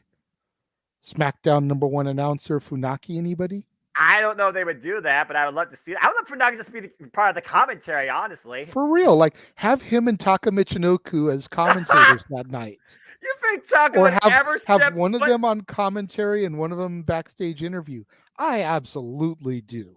I absolutely do. You know what? I never thought I'd see Carlito come back. That's fair. I definitely think if WWE went to Japan, Taka Michinoku would get involved. Taka would just be yelling, "I hate Lucha." Oh, man. Don't call me a legend. Oh, my God. Kai and Tai versus the LWO. Book it. Oh, God. Don't mention the thing. Don't mention the thing. No, I won't mention that, but Kai and Tai versus the LWO. Oh, Lord. That segment. Anyway, but yeah, talking about the whole Japanese aspect, as we saw, the Genius of the Sky, what a fitting name with the way that she literally capitalized, cupping Becky and Bailey, the two probably most go-to winners for this thing on each side of the ladder, and then literally climbing over them to seize the prize. Talk about literally surpassing the summit. That was beyond genius. That was brilliant. Mm-hmm. And literally stepping over Bailey. To get to the top of the mountain. Yeah, well, that does make me wonder, though. We did see at the press conference, they seem on the same page.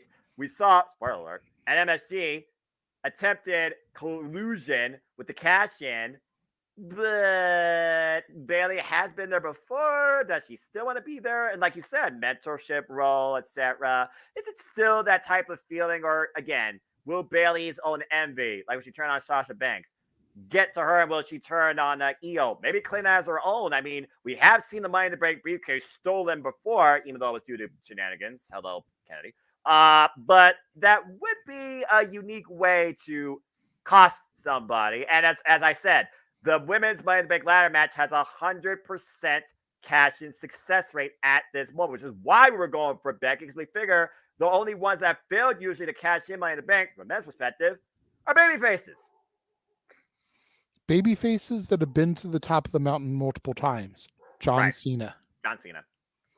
You know, first Becky could have easily been a failed cash-in, and nobody would have thought anything less of her for failing because she's already been a multiple-time champion. Yeah, and Trish. But you give the briefcase to somebody like Io, who tries to seize her opportunity and fails, and people are going to be like, "Really? You gave it to her just to choke?" Mm-hmm. So at this point, I think Io can't fail, and I feel Io catching on Asuka just seems so damn obvious because, to my knowledge, Io and Rhea don't have any negative history. I think they've actually worked together before in NXT War Games in the Black and Gold NXT. So I don't think there's no I'm trying to think here. There's also War Games. Doesn't need to be bad blood. Doesn't need to be bad blood. What is Edge's nickname as a result of being Mr. Money in the Bank? Mr. Opportunity, Ultimate Opportunist. That's fair. That's all that you need is an opportunity. Yeah, that's true. If we have Raquel versus Rhea, two bad bitches throwing punches at each other in SummerSlam. Take my money. Here comes Io Sky to cash in. Io Sky literally put up her NXT Women's Championship JJ against Raquel when she beaten everybody else, and Raquel was the one that beat her for the title. So there's your payback. There's your story right there. Raquel defeats Rhea at SummerSlam. Io cashes in, immediately takes the championship off of Raquel. Oh, damn. So now you've got payback because Raquel dethroned Io, and you've got a way to turn Raquel heel and have her finally lose that smile. Because now she's pissed. She finally became champion on the main roster just to lose it like that. And that, ladies and gentlemen, is what you call organic storytelling in defining top competitors in a stacked but underappreciated and booked WWE Women's Division. Thank you and good night. Okay, anyway. But yeah, Trish Stratus now going back to the whole, my nose is broken, wearing a freaking mask back from the early 2000s. I'm curious how far she goes with that gimmick. If not, you do like Cody Rhodes Grotesque, uses the mask to her advantage, maybe headbutts her opponents, because I think we're on the collision course for Becky versus Trish 2 at SummerSlam, with Zoe Stark now known as a factor. Definitely will be in the corner. I don't see them doing some sort of stipulation where Zoe Stark is banned from ringside because the man's going to be like, I can take both you bitches on. I really can see that. As far as Selena Vega, she used the Tequila. That was kind of funny again. Apologies if I screwed up what that's called, Emmanuel. Please forgive me. I was like, what? Where? First off, how did you get that over across the UK, across baggage and airport security? Secondly, why? But yeah, that was kind of funny too. And yeah, Trish, I'll give Trish why was bizarre she was in here. Credit where credit's due. She took bumps on ladders, but she gave her fair share of bumps too. She actually performed rather well in this match for her first time ever. I was quite impressed. I was impressed and scared because at almost 50 years old, Trish Stratus doesn't need to be taking those bumps on a ladder. Even if she does yoga. Yeah. She barely needs to be taking those bumps, period. But on a ladder, no. Yeah, you saw what happened on that ladder bridge that basically was like, bah, Trish, you're done. Jesus. Well, reckless abandonment. That is a Money in the Bank women's. That's just a Money in the Bank women's match. And of course, Zoe Stark, she was taking out play with Selena Vega and that ridiculous sunset flip power bomb when Zoe Stark was literally folded up like an accordion inside the ladder. Jeez, I thought Seth Rollins bounced off the damn ladder really bad back in 2015. That was that, and basically it just was down to Bayley and Becky. Becky still had that cuff. Bayley, though, was trying to climb the other side. Next thing you know, Io, she comes into play after Io was already cost once, whether or not she's aware of it, inadvertently by Bayley, although I'm pretty sure they did bring it up on the Mia Scrum, and at the end of the day, they were like, You know what? Only one of us had to win. Damage control won, and nice cover up, Bailey. I'm just saying. As he cuffed the two, where there was literally no escape, worse than a Chinese finger trap, and climbed over them and claimed the prize. That was so damn brilliant. Hey, there's the founder. Wow. I hope the Greg Cherry Super Show, go check it out, folks. You can. Got everything it needed to for a noble cause. So good to hear. And of course, support good old JM, Jeff Meacham. But yeah, for the fact that they didn't add nobody here, it was one of the smaller fields I can recall in the women's Money in the Bank ladder match. Only 6 competitors. Everybody got a chance to shine. They had a moment, even Trish for that matter, which at this point I feel Trish is like, okay, I just want to do this. Let's do it. I don't see her participating in another one, I'm perfectly honest with you. It's almost like she's back here for one last hurrah, but to also move forward younger talent. Can't see point, Zoe Stark. And she definitely has that Trish look, but does she have that Trish mentality when it comes to promo work, you said? Still need to fine tune on that, I feel like, and that's why pretty much we got that here. But yeah, I really enjoyed this. Now, you of course have been part of the fan for a few years, so I don't think you've seen every women's Money in the Bank ladder match when it was first established back in 2016, if that tells you anything. This is the now 8th women's Money in the Bank ladder match. Based on the ones you have seen, JJ, where did this one stack up with you? I thought it was impressive. I enjoyed it. Okay. I thought last year's was better. Personally, as far as the women's match. Okay. I don't recall having seen too many others aside from that one. If I'm being completely honest, I might have seen Bailey cashed in the same night, right? Correct, on Charlotte. I think I saw that one too. Okay. I don't remember much about it except her cash in because I remember being happy about it. Even back then, I was a Charlotte hater. Damn. But it wasn't even as much that I was a Charlotte hater as I was a Bailey fan. So to see her come out and cash in, I was so stoked for it. But okay. I would say last year's was better as far as the women. The field seemed a little bit better, and the winner I think was perfect because of that story that they were telling with Liv. 8 years, and finally lived, achieved, and lived in the moment. So yeah, there is that. And Io Sky, she's had upward momentum since facing Bianca Belair back at Backlash, and they're finally doing something with her since she can't be a WWE Women's Tag Team Champion since Dakota Kai is injured. Get well soon. So yeah, I feel if nothing else, the right person definitely won here, and I'm glad it's the first time ever. I just hope she's not the first one to fail due to shenanigans with a so-called friend, because in WWE there are no friends. Factions don't last forever, except for the New Day, apparently. But could you imagine if Io holds it long enough that she holds it until Dakota comes back and Dakota costs her, not Bailey? The Damage Control still screws this Io Sky, but a whole different dynamic, and is Bailey even in on it? Like, is Bailey maybe like the puppeteer, the invisible hand? And you can even play the whole angle that Dakota is jealous of Io's success since she went down with injury. Exactly. I mean, Bailey, again, she has not won a championship since her return last year. And so it's hard to believe that literally, as we talk about, we're 4 weeks away from SummerSlam, that was 1 year ago that Bailey, Io Sky, and Dakota Kai once again returned to WWE and Damage Control was formed. And Bailey's done nothing with it. Nothing. See, and the more I'm seeing things, I'm starting to wonder if she's supposed to be champion. Right? And what I mean by that is we judge the fact that she is the de facto leader of Damage Control by the fact that Io and Dakota have had titles more than once and Bailey hasn't. Right. What if Bailey's whole job is just to help get Io and Dakota over? She's done her job.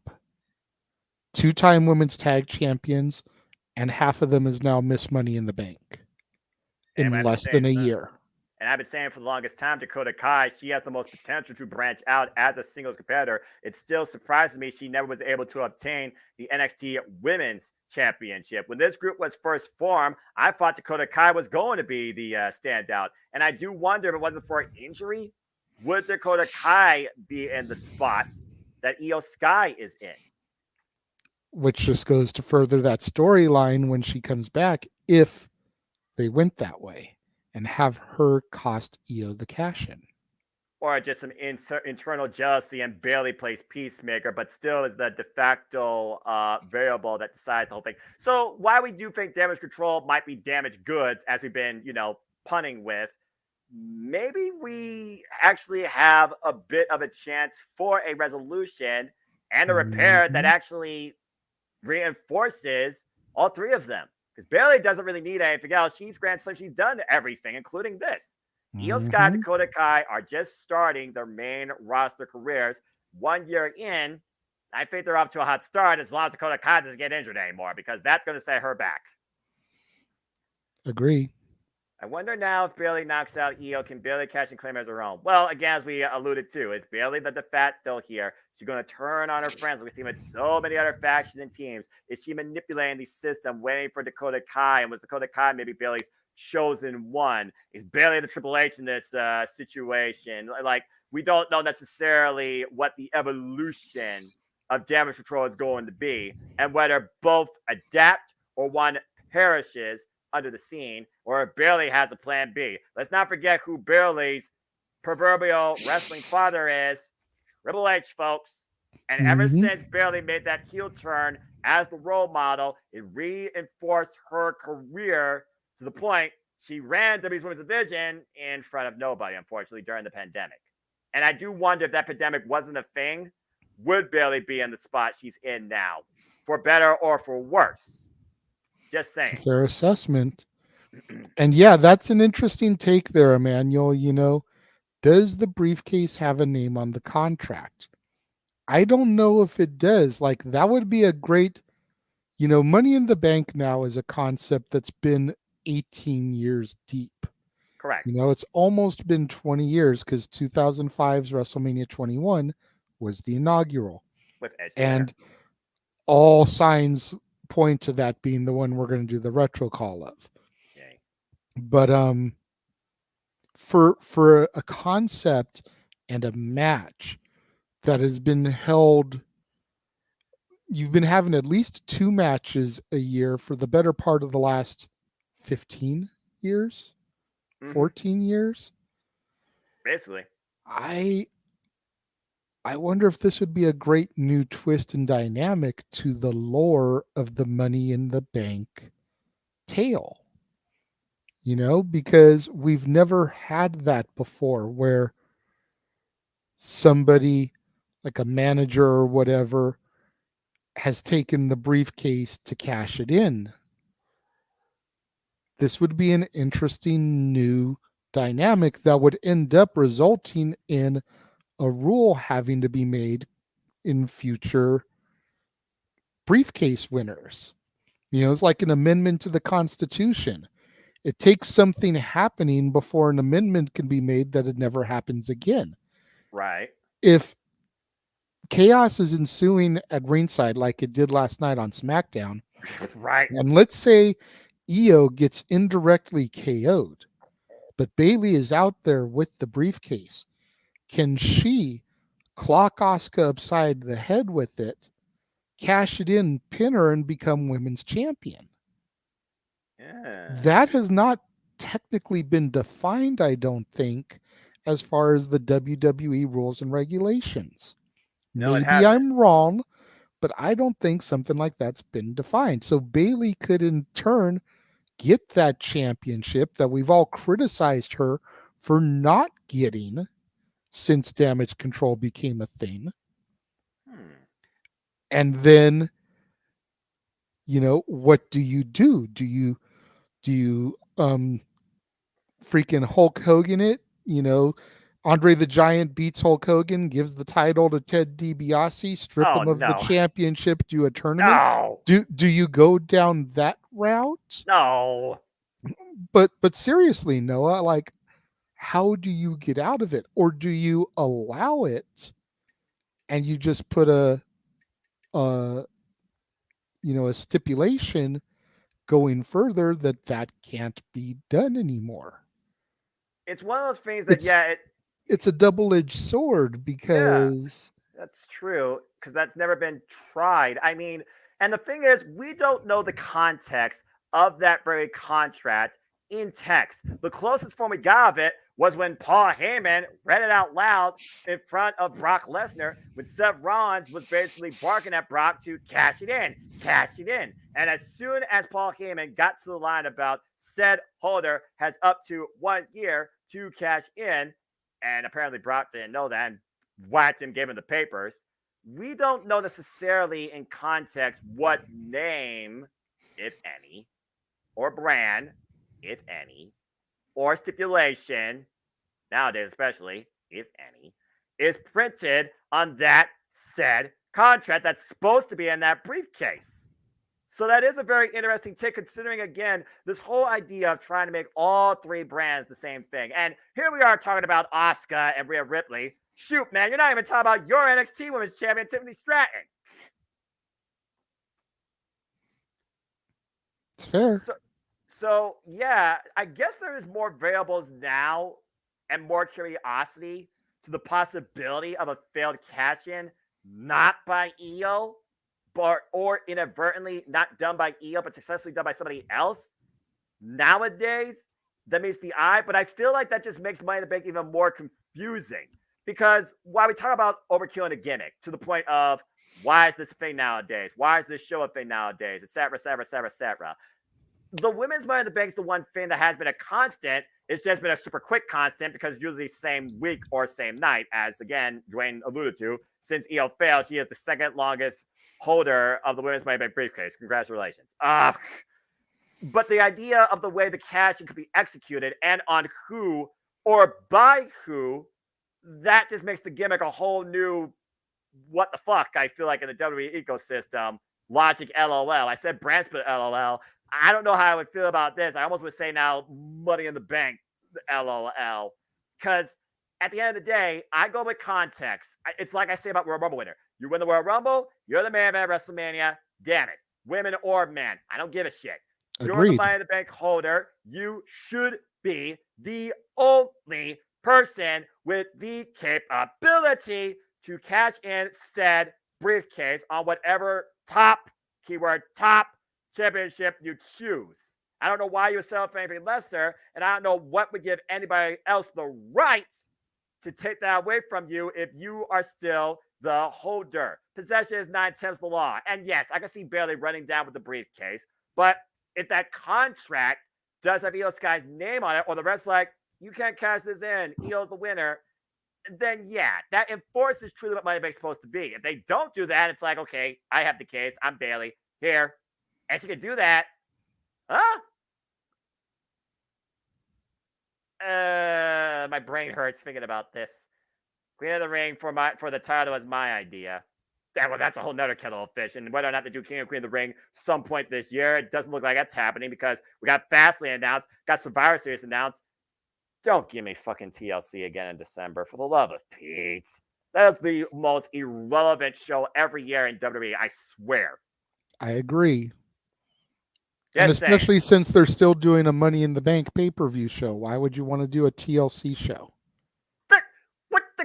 What's the difference with TLC and Money in the Bank besides the one's a contract versus a damn title, or at least it's supposed to be over a title? Yeah, for real. Come on. And all right, again, Manuel, Noah. I don't know. Well, now that I've hurt your head. Yeah, let's go ahead. Well, I guess that's part of the fun, right? WWE logic, LOL. But hey, it does bring a lot of context to suspension of disbelief, and if nothing else, it's a talking point.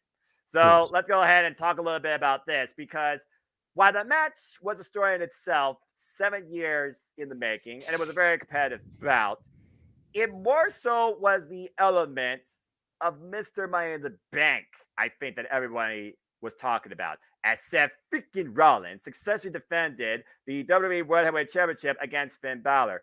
But inadvertently, do you give the assist with Damian Priest whose presence not only affected the champion's psyche, but the challenger's psyche as well. After Finn Balor coup de grace stomped Seth Rollins, stirred him into friggin' mincemeat for the better part of this match. I know Josh probably coming right now. Yes, Josh, your boy failed. Boo-hoo. That being said, yes, it's a very game back and forth match. The audience got to do Seth Rollins, choir for the better part of 5 minutes, as they should, damn it. And at this point, Judgment was played out. Seth freaking Rollins burned it down. He was able to get the better of Finn Balor and retain the WWE Heavyweight Championship. But afterwards, that subtle look with Finn Balor, Damian Priest's presence being known by both faction leader and person that's well experienced with the Money in the Bank briefcase, still the cash of the century to this day. I do wonder at this point, and I see it all the time in groups. It's fine. Is everything fine? Is it fine? Well, according to what we saw Monday night in the highlights, if we're going to carry verbatim, no, it's not. Because when Damian Priest challenged Seth Rollins one-on-one for the title prior to Finn Balor and came up short, and Finn Balor's been waiting for this match 7 years and came up short, does Finn Balor have himself to blame? Will he carry out the blame on Damian Priest? Will continue to build in friction within Judgment Day? And will someone in Judgment Day be left with a verdict that they will not be able to object to for the betterment of their career? At this point, who's more powerful in Judgment Day? I thought it was Rhea Ripley. Well, Rhea Ripley hasn't had a real challenger for her title since winning it against Charlotte Flair at WrestleMania, except for Natalya, at least on Raw. Now try and come up with something on the bigger stage and represent it as such. Finn Balor, been the prototypical leader of Judgment Day now for literally a year, and so far has not been executed or concertoed out of the group. With JD McDonough still waiting in the shadows, will he surpass his leader? It too, JD. And then I also think about Damian Priest, who right now has probably more power than everybody in Judgment Day combined, considering he holds the Money in the Bank briefcase. He who holds the case holds the keys to their destiny. He who holds the gold has all the power. Triple H couldn't stand it when Randy Orton got the WWE Heavyweight Championship. We saw what happened there. Now, I don't think we're going to get a similar situation here, but a little bit of foreshadowing, maybe, considering Triple H guy, Finn Balor. The match was what it was. The result was obvious. The context afterwards, not so much. JJ, what's your takeaway now on this Judgment Day dilemma? I think it's interesting because you call Finn the de facto leader for the better part of a year. Basically. And I question that. That's why I said de facto, because it's like, yeah, you lead by example, but you fail. I question if Damian Priest hasn't been the leader the entire time this past year. He was the number 1 draft pick from Edge. True. Then Rhea came into play.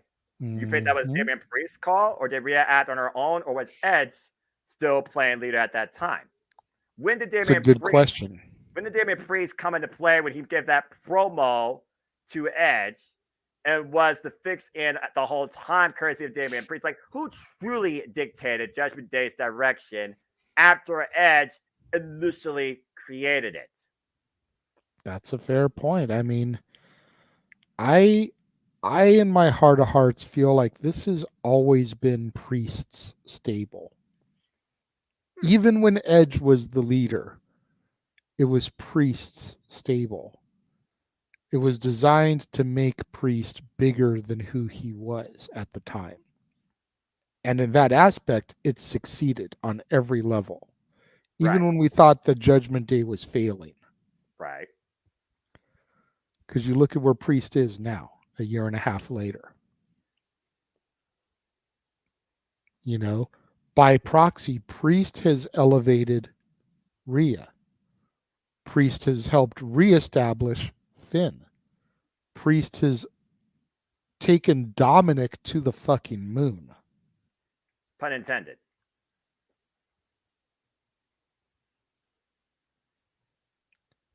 I thought this was a great match. I was a little bit disappointed that Finn didn't get the victory, but at the same time, we knew that they weren't going to take the belt off of Seth that quick. No, they need to establish this belt and give it a decent title run. Royal Rumble Elimination Chamber minimum. I can go with that. I mean, what if Dot dot Finn dot. takes it off of Seth in the chamber and then Priest cashes in on Finn at Mania? Ooh.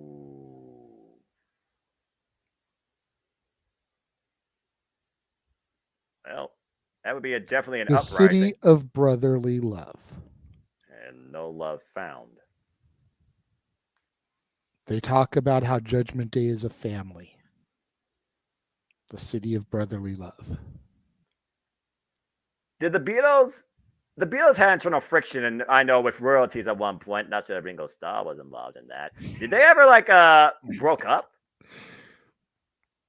They did break up in the 70s, but not like during the midst of their heyday. Like Okay. while things were still hot, like they managed they all just basically grew up at the end of the day. They grew up and grew apart and Okay. called it quits at 1970. Okay. Just putting context out there because they did the Abbey Road fan. I'm just saying. Yeah. Yeah. Even though Let It Be came out last, Abbey Road was the last album recorded. That's why it ends with the end. Fair enough.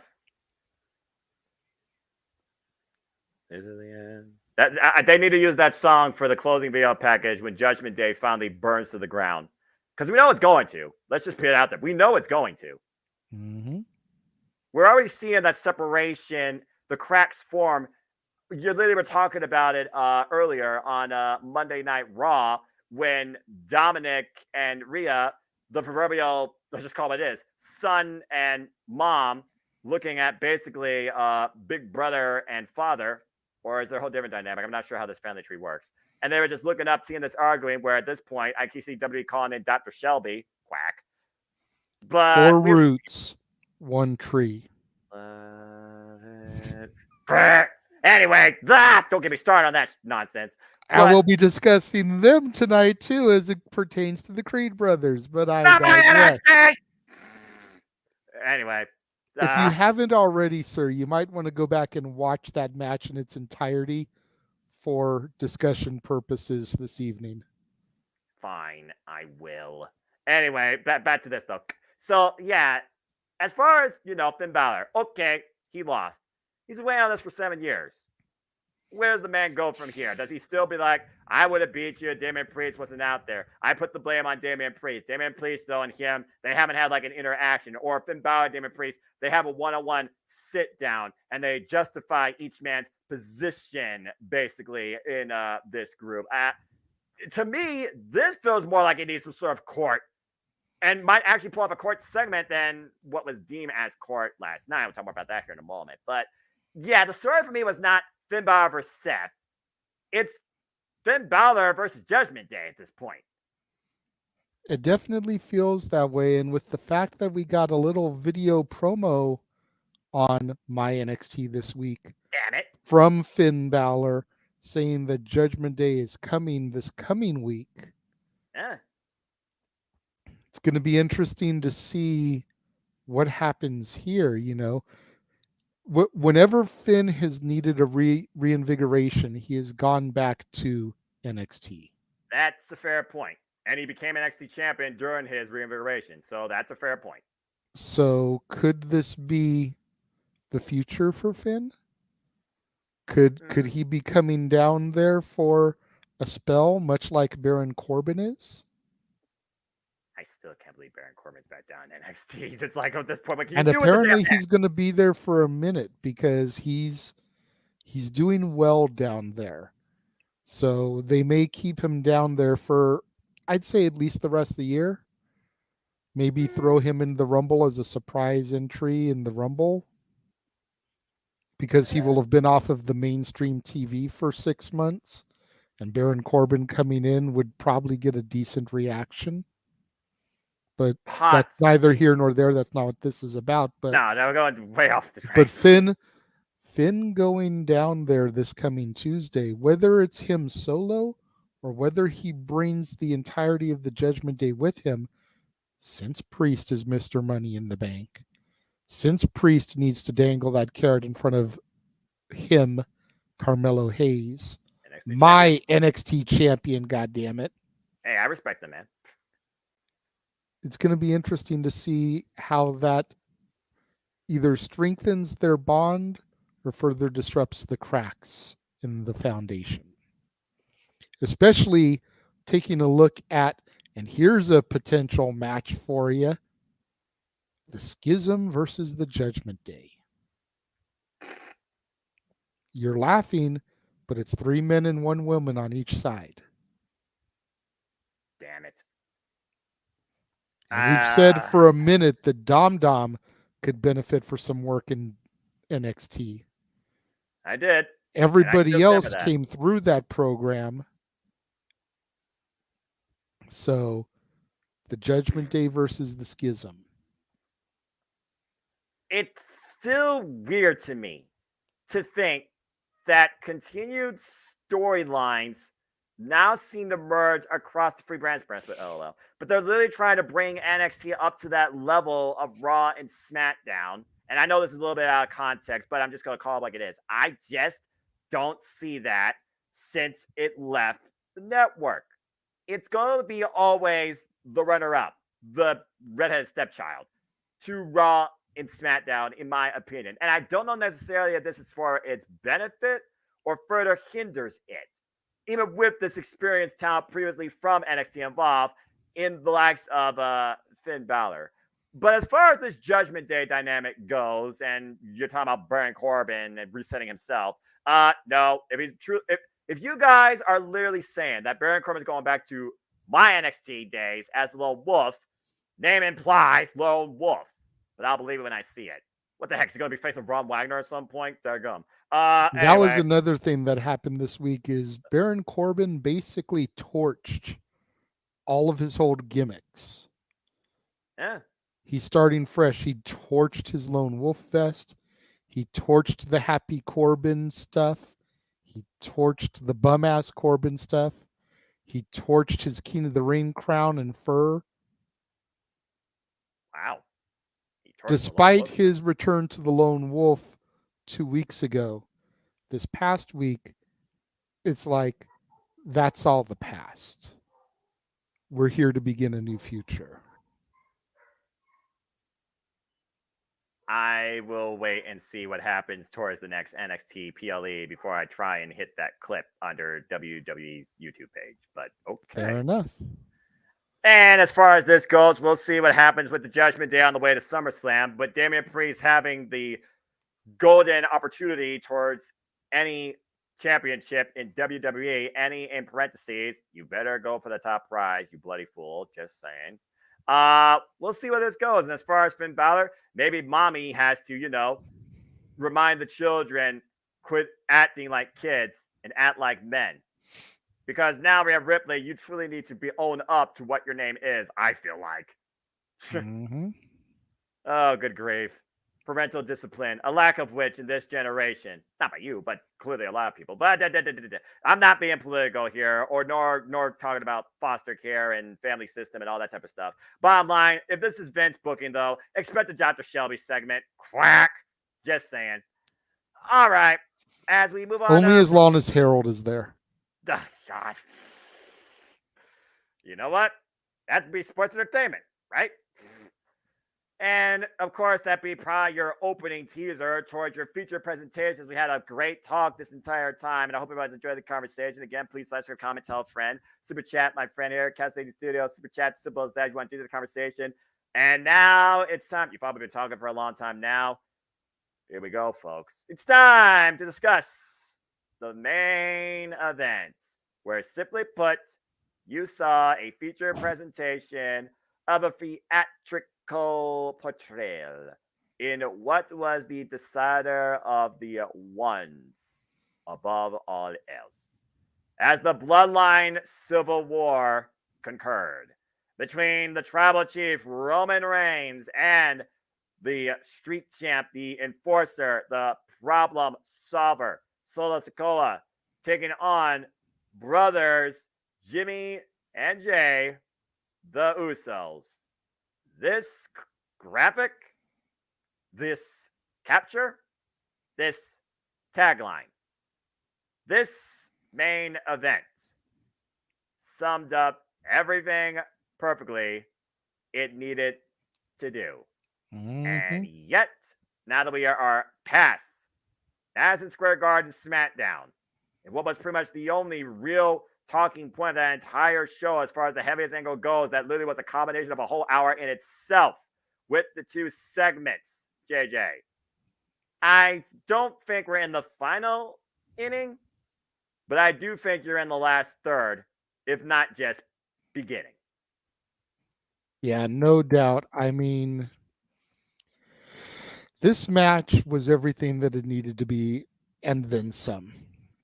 There was drama, there was suspense, there was comedy, there was action. There was horror. The fact that Roman ate the pin was as scary as a jump scare in a horror movie for some people. Namely, a 14-year-old girl who was sitting on my couch here watching, but I digress. It was so good. It's great storytelling. And we were talking before we came on the air about, is this the greatest story professional wrestling has ever told? And it's like, man, I definitely would probably top 5 for sure. That I agree with. Top 3 possibly.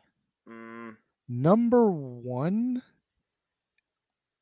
I mean, I know people that are going to sit there and be like, abso-fucking-lutely. Without question, 100%, Jeff Jarrett Conrad style. But you think about the mega powers exploding. You think about the NWO. You think about, the Flair Steamboat rivalry. You think about something we're going to see on Collision in just mere hours, Punk and Joe.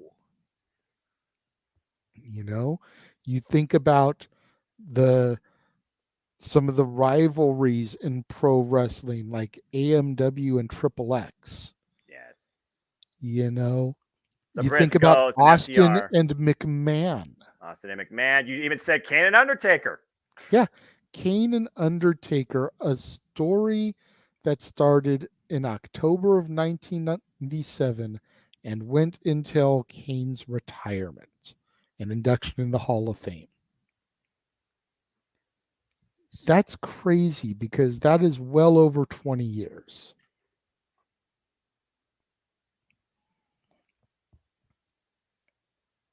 And is this better than that?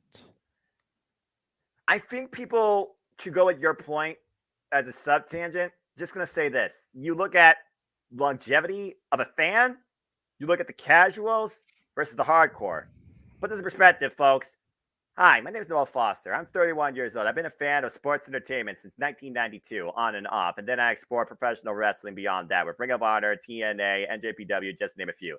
Thank you. That being said, it's one of those things where it's like the younger generation may only truly know about this versus what they chose to watch or learn from their elders, courtesy of the WWE Network, or Peacock in this case, which still sucks. Yeah, absolutely. Absolutely. And, just to follow your lead here, hi, my name is JJ. Hi, JJ. I am 46 years old, and I've been a wrestling fan, sports entertainment fan since 1998, on and off. There you go.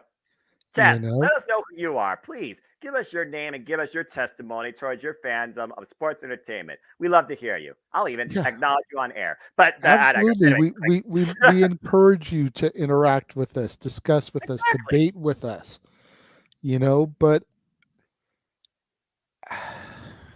I think also, a lot of it comes down to, like you said, the generation of fan, when they became a fan.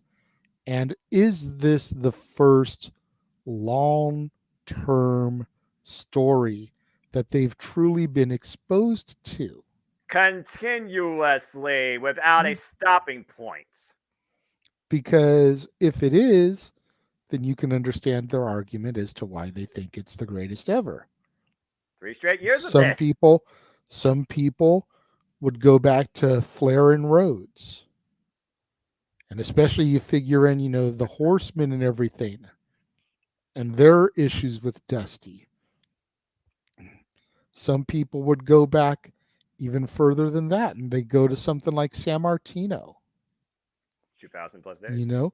You go to Hogan and Piper. Oh, Lord. And the fact that WrestleMania wouldn't even exist if Roddy Piper wasn't such a diabolical villain that everybody that lined up to come inside the Garden that day wanted to see Piper get his ass handed to him. To the point, they got Cyndi Lauper and Mr. T involved. Yeah. I mean, everyone puts all the praise on Hogan for WrestleMania, and don't get me wrong, Hogan deserves a good majority of it. Not all of it. Mania would not have been a success if there hadn't been that diabolical villain that everyone wanted to see get their asses beat. To put it into storyline terms and to movie terms, as that's what I do. Infinity War and Endgame of the Avengers saga would not have been shit if people didn't want to see Thanos get his ass whooped. It had been building across multiple movies. It would not have been as big if he hadn't been that diabolical that people really wanted to see him get his ass whipped. And because that was Roddy Piper in 1984. The loose cannon, I never knew how to shut his damn mouth, but damn sure made sure he knew he made you know who he was. And the Bloodline story is definitely getting there. Now, again, is it better than Austin McMahon, which ran for a long time as well?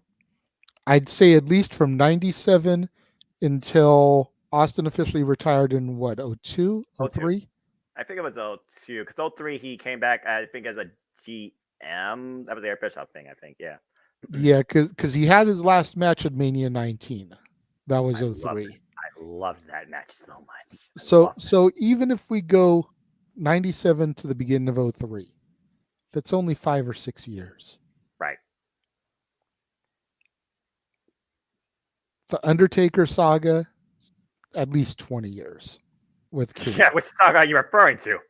Because here's the I'm thing. talking about the entirety of the Taker Kane story. And yes, there was starts and stops. Bingo. There was joining together as a team. There was heel turns and breaking up again. With but Paul that's Bearer, what family does. Yes. They fight, they make up. They fight again, they make up. Family is forever. And that's what this is a family. So, I don't know. What say you guys in the chat room? Is this the greatest story the WWE has ever told? Let us know. Yeah, because, again, it started off with nothing. My mom always says it all the time. Actions speak louder than words. I apply this to wrestling sometimes, where nothing but a face-off speaks more volumes than a single move or interaction thereof. There's a reason why Killer Kelly, all she needs to do for me is suddenly smile, and I'm like, let's freaking go. But as far as this goes, you saw the opening face-to-face with the 4 men. Mm-hmm. 2 men on each side. 1 bloodline. A family divided. Roman Reigns. Solo Sikoa. Jey Uso. Mm-hmm. Jimmy Uso. A true civil war. And like, people sometimes, I don't think, really get the severity of that term, because either they're too young to have gotten to that point in school history, or they just didn't pay attention. But our Civil War legitimately was fathers versus sons, brothers versus brothers, region versus region. That's why this angle is being touted as a Civil War match. You literally had baby brother on one side of the ring across from older brothers. You had cousin across the ring from cousins. And in the midst of it all, you've got Paul Heyman, whose heritage in his involvement with this family goes back to the Samoan SWAT team. Google it if you don't know. I'm pretty sure, JJ, they showed a screenshot of it last night from MSG. They did, but not everybody watches SmackDown. You yourself don't have Fox. You signed up for a 2-week trial so that you could call the Garden, but it's the Garden. Once that is gone, once that's Garden. gone, you will go back to not having Fox. So but like, I was not. Look, as a fan, let me talk to you real quick. Please as do. A fan, as a fan of pro wrestling, sports entertainment, I simply call pro wrestling because I love all things wrestling. That's why I create ATW. There's just certain things you just have to give that respect to, no matter what. You're a fan of this business, you realize the importance of Madison Square Garden to the fact that it is the Mecca. I don't give a damn what 100,000 seat stadium in Texas, California, New York, Florida, and even across the world WWE does. Nothing's been more important to the longevity of this whole damn business than Madison Square Garden. Continue. You made my point. Say no more, as they said in the movie Help. There you go. So yeah, back to this match though. Again, the subtleness, and then we finally get a little bit of lockup, but it was not Roman Reigns initially. As again, Roman Reigns, he's the guy who dictates everything. He is the dictator in this freaking Shakespearean. We've been saying it all the time to the relationship of Julius Caesar. Hell, his freaking gimmick before Bloodline was a thing, Roman Empire. I'm pretty sure Michael Cole literally said with the super kick heard around the world on SmackDown, eat two. Now, again, for those that don't pay attention in school, and I truth be told, I'm a math science guy, literature was not my strong suit. Don't know what the strong suit is for the younger generation, particularly ones off screen. And I also don't know the attention span of the younger generation, particularly the ones off screen. But that being said, I do know, of course, the story of Julius Caesar. It's one of those stories that everybody literally learns about in some capacity if you don't have a test over it. I don't miss those days, though. And again, it's all about my brother, literally, not just proverbially, stabbed me in the back and took my empire for his own. It is a tale as old as time itself in different ways and formats, but a same result, yielding an end to a way things once began. And here we are with the biggest circle I've ever seen in 3 years continuously with these four men. But the subtleness of Jimmy and Jay, who was the more emotionally proactive when Jimmy pulled the trigger at Night of Champions, why Jay was the first guy brought in line, pun intended, 2020. And then you have Solo, the newest guy on the scene in the Bloodline. Just call it what it is. The young gun, the street champ, the enforcer, Roman Reigns' new right-hand guy, his problem solver. At one point in this match, when things really picked up and escalated from an emotional and physical standpoint, Roman was at a sense of disbelief, of shock, where his immortality was rendered useless, not strong enough. He stacked them.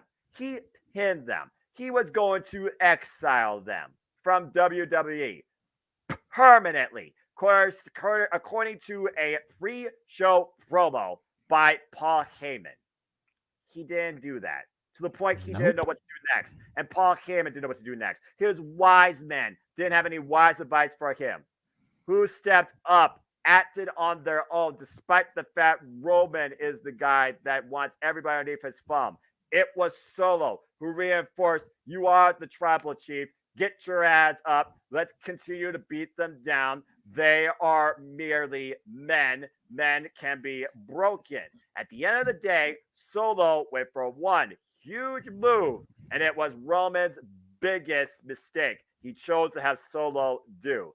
And in a retrospective, you talk about the very first time Roman Reigns was pinned. We talked about the saga when the Bloodline began. It was Clash or Night of Champions. I don't know what the fucking name of the show was. That inadvertent kick out that allowed Roman Reigns to take advantage and beat and submit Jay into the Bloodline in the first place. 3 years later at Money in the Bank, it was that same type kickout that set Roman Reigns up for the splash heard around the world. And Jey Uso does it again, but this time pins the tribal chief Roman Reigns, a feat that has not been seen in over 3 damn years, as he looked despondent, he looked defeated, he looked mortal. Or And the so last I thought. person to do it was Baron Corbin. And people forget about And that. the first person to do it was Jey Uso. And people never forgot about it. And then we fast forward a little bit, and we're in the mecca of sports entertainment, Madison Square Garden. The reason that we were calling this show, because I had a feeling that something monumental was going to happen and we were going to get a story come to its final line. The book closed, a new champion, and a belt raised in the air, and it did not happen. You did get some context, though, as far as what you just said, because while Roman baited everybody in with his best audition for Drama Actor 101, literally saying, I don't want this anymore, I'm done, and was literally going to usher in Jay. You are the guy that carries now this family name, this weight, this business, this bloodline. Low blow the man, dumb babyface, right where he stood, and sent Jimmy Uso to the hospital, quote unquote. And then at the end of the night, Jey Uso went savage on his own younger brother, Solo. And the challenge was made without a response from the other end. Are we going to get officially Roman Reigns versus Jey Uso 2 since the Bloodline saga for the WWE Undisputed Universal Championship? And can this one become the one to beat the one that has been the one for the last 3 years? We talked about finishing the story. Are we literally going full throttle into a different butterfly effect, but fastball ending? Is Jey Uso the guy to possibly beat Roman Reigns? Because if nobody in and out of WWE can, what if blood is actually the answer the whole time? There's a huge suspension of disbelief that right now Jey Uso could be that guy. Because unfortunately, JJ, while your storytelling sounds so damn beautifully logical in every sense of the word, it didn't happen. And Cody Rhodes is dealing with the gatekeeper of WWE right now, and Brock Lesnar towards getting back to the main event. While I don't think Cody Rhodes is not going to finish his story, I think Cody Rhodes is going to have a different opponent in finishing this story if this comes to fruition. Yeah, I mean, it definitely looks like it's heading that way. It's still possible that Roman will hold the title until WrestleMania, and we'll get Reigns Rhodes 2 in Philly. But how do you get Roman there without pulling the trigger beforehand with the threat that his family now poses to him since he's been defeated and been pinned by one of his own family members? And possibly the last family member underneath his thumb might usurp him. Yeah, I mean, logistically speaking, you get Jay versus Roman at SummerSlam. Then in October, you get Jimmy versus Roman. Or no, excuse me, it's September, so that's Fastlane. Then in October, you get Solo versus Roman. Then maybe at Survivor Series, you get a fatal four-way match. You were calling for that a little earlier. Then Roman takes his hiatus, Right. comes back the beginning of the year. The road to the Royal Rumble. Mm-hmm.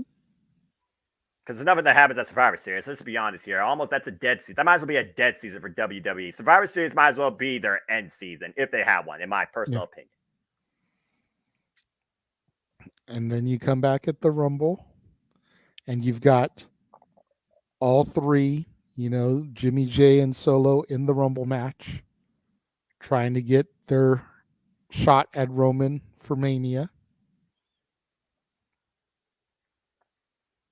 Maybe put all four of them into the chamber with two other people, Sammy and KO. Yeah, I mean, I almost feel like they moved on from there, though. I mean, they were ass again. They were at my event. They were ass at this point. Are you seeing that Roman Reigns, that the Bloodline, it finally goes down? We've been seeing the cracks because again, they were the ones that first started literally bleeding out the Bloodline from within, particularly with Sammy. I do feel like though, as far as Sammy and KO go, Cody said best. I think Sammy and KO finished their story. They're leading the WWE now as the Undisputed WWE Tag Team Champions, and they've been unstoppable. Agree, but I feel like now that there's this new dynamic to the Bloodline story, we can pull them back in. Maybe instead of doing the Fatal 4-Way at Survivor Series, you do a War Games match, and you have Roman plus versus Jimmy, Jay, Solo, Sammy, and KO. It's a heck of that's a lot of spots to fill, especially if they're not blood, because the only other person that's blood right now in WWE is Female. Just saying. I would have wrote it up, but I'm just saying, again, it's one of those things where I fought your story, Ton. I was praying your story coming because I do believe Cody deserves that. Simple as that. I still go back to WrestleMania. Go check out our watch along of that, folks. But it's just one of those things that right now, butterfly effect.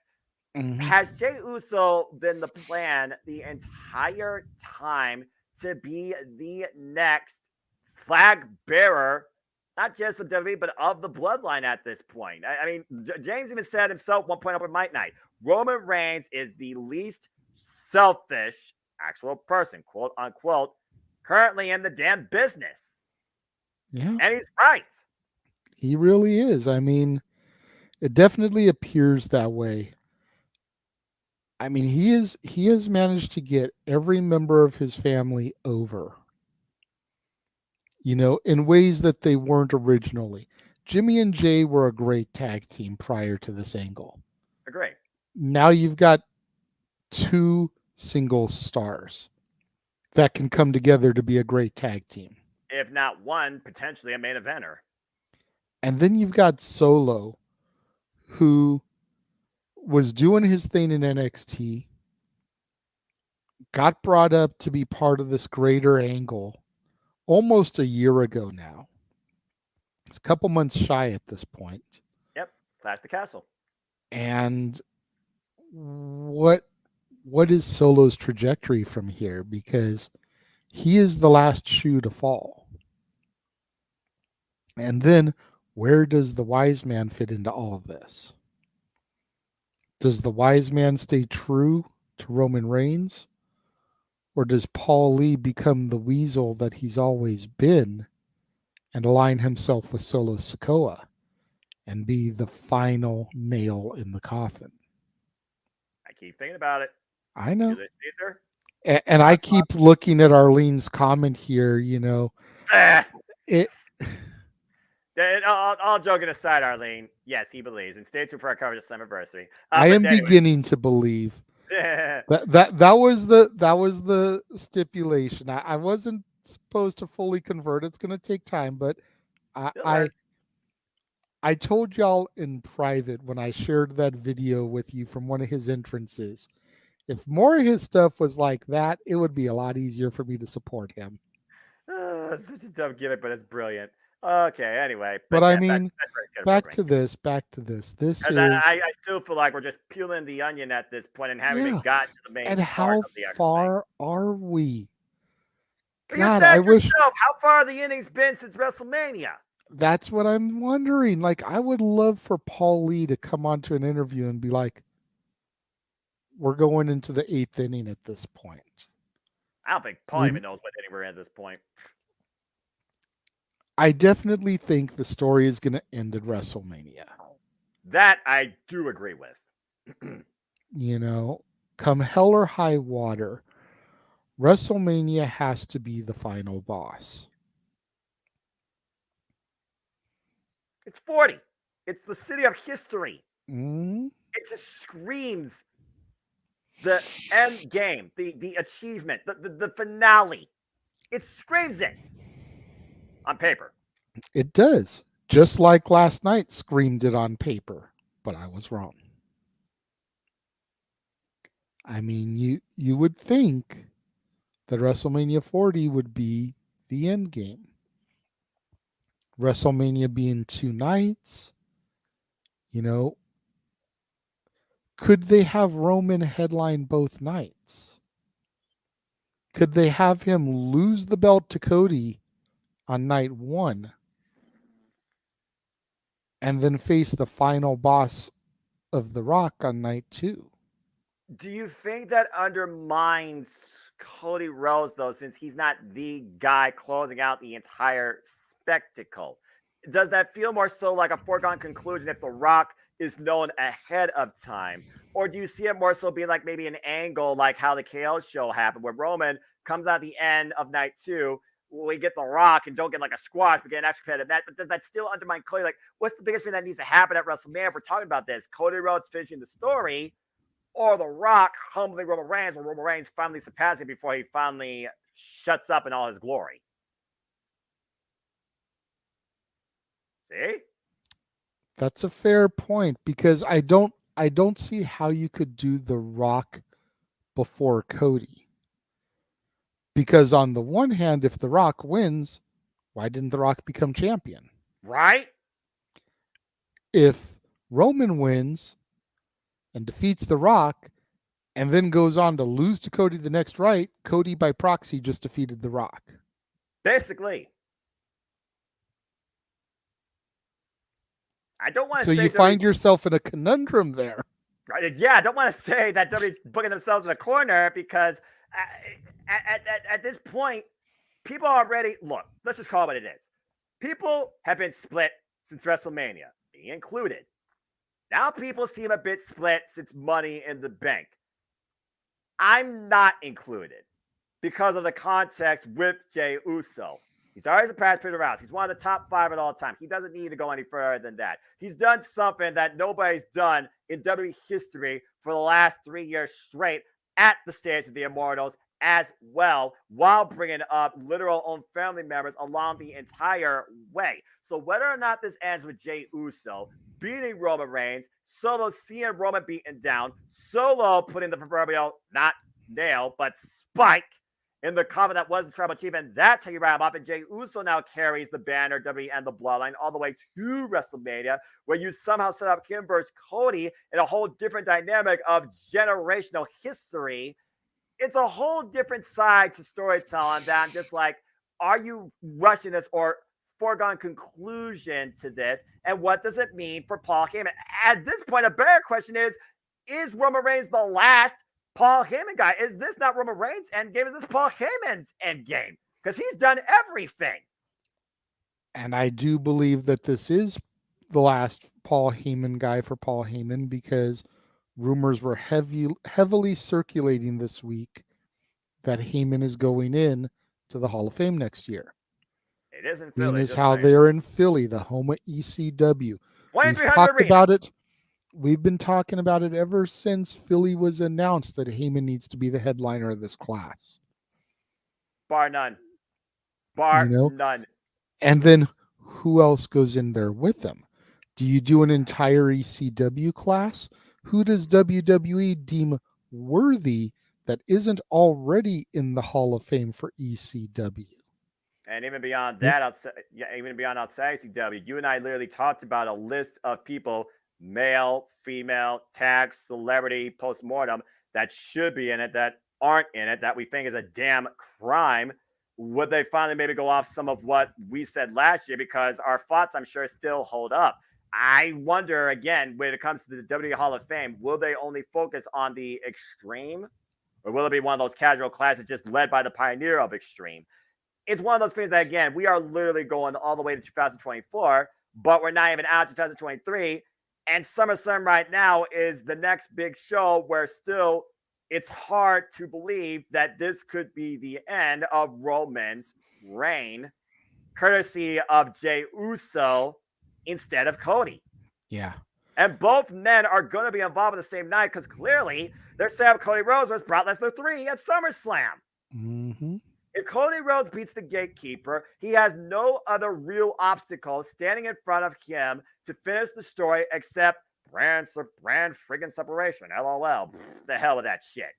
So, in theory, if Cody wins at SummerSlam and Jey doesn't, how do you push that out even further before the two men inevitably collide under long-term storytelling, where Cody actually does finish the story? What level of adversity is left for Cody to endure that prevents him from finishing the story if Jey Uso fails to take down Caesar?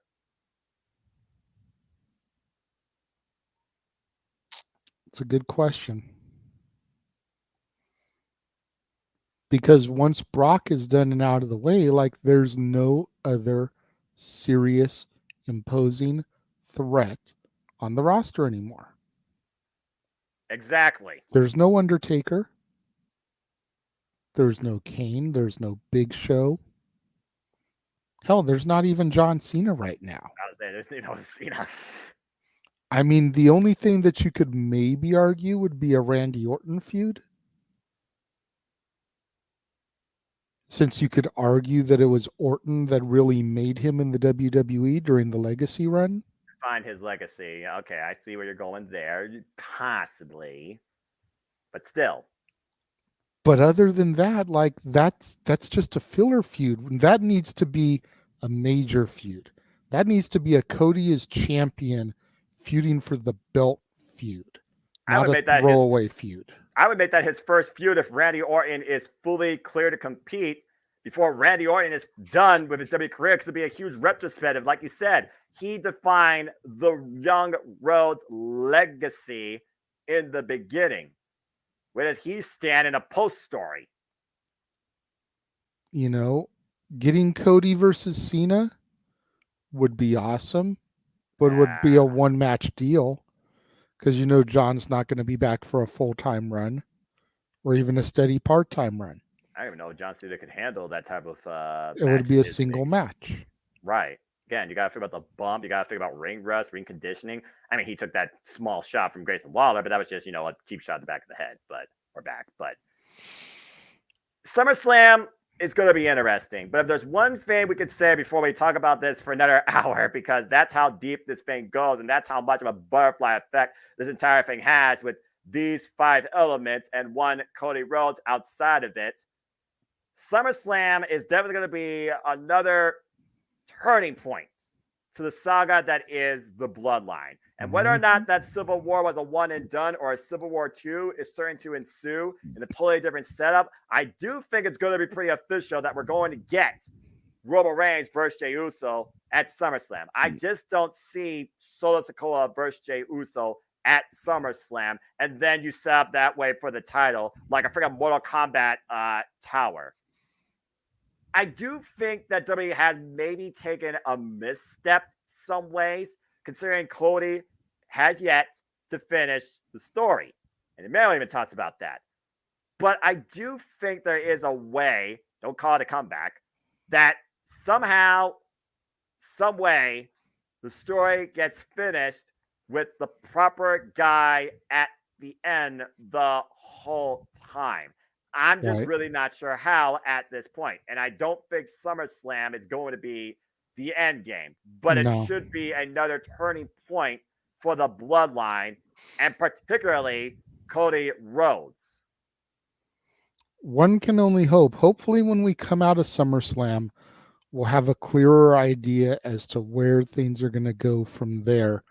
But as of right now, I kind of agree with Emmanuel that they've kind of messed up. And like, where are they going to go with this? How do we get the next 8 months to WrestleMania? Where do we go now? I don't know. And freaking Paul Heyman saying, "Oh, we got another year of how, freaking how, and how much of that has changed since that statement? Was that just proverbial blubbering propaganda? How much of this has really been changed on the fly as we speak now? How sudden was that decision at WrestleMania? How sudden was that decision at Money in the Bank? How sudden will a decision be at the outcome we'll call at SummerSlam for both these key matches? In my opinion, the biggest two matches right now to be booked on the show, not yet official in any capacity. Yeah. You just got to find out and wait and see, folks, just like us. Suspension of disbelief is key, but one thing's for certain. Nothing is for certain in the WWE. That's true. Lord help us in our mentalities for that madness too. And James for that sake, because if you thought James went off during WrestleMania, what the heck's that guy going to do at SummerSlam if they try and literally shift this into a whole nother alternative gear or reality worse than the Twilight Zone? But that copyright. I know. I freaking my shtick. Anyway, JJ, this has been a hell of a conversation. Again, Money in the Bank for me was definitely the most polarizing PLE because of the Bloodline stuff, nothing else. But honestly, it was one of the better Money in the Bank overall big level presentation as shows I've seen since the inception of it as its own in 2010. But that being said, what's your simple final take for this year's Money in the Bank? I missed a lot of Money in the Banks in my absence, so I can't be overly critical. But I will say that this was top to bottom, bell to bell, my favorite Money in the Bank pay-per-view since 2011 in Chicago, Illinois. And we all know what happened there. Pipe bomb. Well, that being said, that diffuses the bomb on this conversation, I think. So thank you, everybody, whether you've watched this entire thing or just tuned in, for tuning in. Again, we appreciate all your thoughts, all your comments, all your support. Please subscribe, comment, tell a friend. And if you have any further conversation pieces or opinions you want to share and you want to dictate the conversation before we conclude, Super Chat, Casting Studio. Super Chat, it's as simple as that. That being said, I know you sent me 3 graphics. So yes, sir. Without further ado, my good friend, before you relax and we prepare for Collision tonight, and I'll do the Excalibur rundown for that. Maybe we'll talk about that a tiny bit. Anything you want to plug or promote, and of course, you know where people can find you. But for those that don't know, you didn't know, where can people find you? You can always check me out on the social medias. Renegade JJ Williams on Instagram. ROWJJ Williams on the Twitter, Casa D18 Studios on YouTube. Emmanuel, don't even worry. I totally understand you super chatting later on tonight because you want to hear from the full panel. Don't trip. You always come through. Appreciate you, bro. Immediately following this presentation on my channel, I'm going to have my review of Brother Bear go up as I continue my 31 days of Disney this month. It's also new release Saturday, so as soon as that goes down, it's going to be my review of The Perfect Find, a Netflix original film. And then, of course, we've got open mic night coming later on this evening. Just a taste of the stuff that's going to be getting discussed this evening. You want a taste? I'm not going to go into everything, but yeah. Some of those images tie into each other. So it doesn't look like it's as much, and some of the things are just going to be simple talking points, you know. Logan Paul in the background is kind of there to kind of throw people off. The Logan Paul thing that I have to discuss is just a brief positive note talking point about, as Noah calls him, the viral disease. Fair enough. Not going to be a long, major discussion about him, but there was some news about him that came out over the course of the week in his personal life, if you will, that I do Okay. want to address. It's a positive touch. I respect that. So that's just what's coming up tonight. And then, of course, you've got the members only section of my channel that is live. This past Thursday, we had from Secret to Sensation NXT, Noah's Black and Gold NXT. Damn it. My NXT! Went live, my review of that DVD. This coming Thursday, it's going to be NXT Greatest Matches. Both of those are ready to go. Like I said, Secret of Sensation went live. Greatest Matches is recorded, edited, uploaded, ready to go.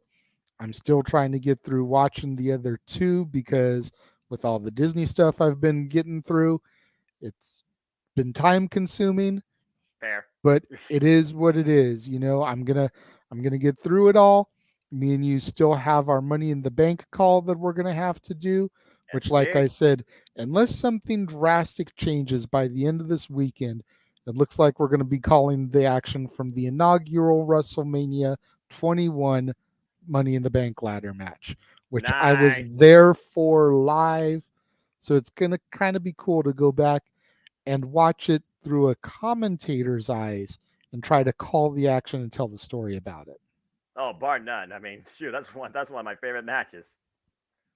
So All right. Well, let's see here. We got one last thought here. Man, I always appreciate you. Noah, how does AEW fare if NXT never had those call-ups? Can you imagine? Well, that again is a whole different Twilight Zone, considering you think about last year's Impact, pun intended, at AEW All Out, which I believe, no, that was 2 years ago, which was two keys. But it's one of those things where a talent chooses to go where they want to go to redefine themselves or to try and challenge themselves as a sports entertainer or continue to elevate themselves as a professional wrestler. But just like Jeff Jarrett. that being said, to imagine the landscape any different than it is today is a far more bigger enigma, conundrum, and Morgan Freeman narrative that I could literally talk about for free, especially in these last few minutes. Again, the bottom line, I have not been happier to be a fan of this industry when it comes to the quantity and quality of talent showcasing across the board in all companies, flaws galore, and the amount of storytelling. Simple as that. That being said, JD, it's always been a pleasure, my friend. I always love doing these with you, and I'm definitely looking forward to our next call and simple take too. People, you want to know more about me, though, know this as always, for I am just a simple man and a lifelong fan of professional wrestling. Damn it!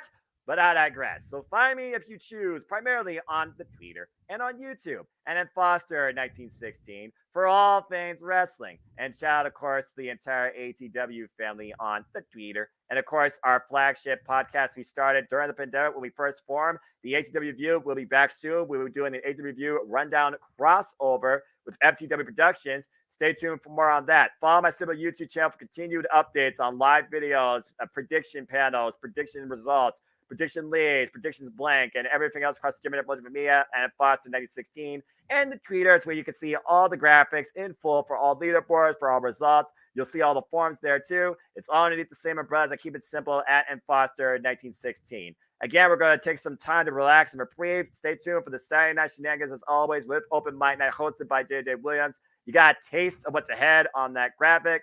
And then following that, stay tuned later next week for the latest edition of AEW Spark, whether it's with me, Owen, or James. That remains to be seen. If you haven't already, go check out our latest production, thanks in collaboration with No DQ. Thanks, boss man, where we covered Madison Square Garden SmackDown and Rampage 100th milestone episode. It was quite a fun time. And of course, right before that, as we talked about the Simple Take, go check out me and JJ's coverage of Money in the Bank. That was the kickoff to the expansion of the Jeff Beecham Network multiverse of media. We've only just begun, folks. We've only just begun. And we are just getting started as far as all this madness goes. Because, of course, the flagship of my channel, City Predicting, the next predicting will be Slammiversary, which, of course, right now has 9 matches booked, and probably one more will be made official. Stay tuned for more on that. It so far is me and Christopher Roth's time right now. Planned, as you see, is Friday live, 5:15 p.m. Eastern Standard Time. We'll see who else joins the fun and make an impact too. And particularly if Trinity makes one hell of a first-time impact where somebody left the WWE to go to Impact to redefine themselves and find her glow. But can she dethrone the virtuosa Diana Perazzo? Long may she reign. You'll just have to wait and see as me and James will be on the call this coming weekend for Slammiversary. It's official. I was able to get it. Yay.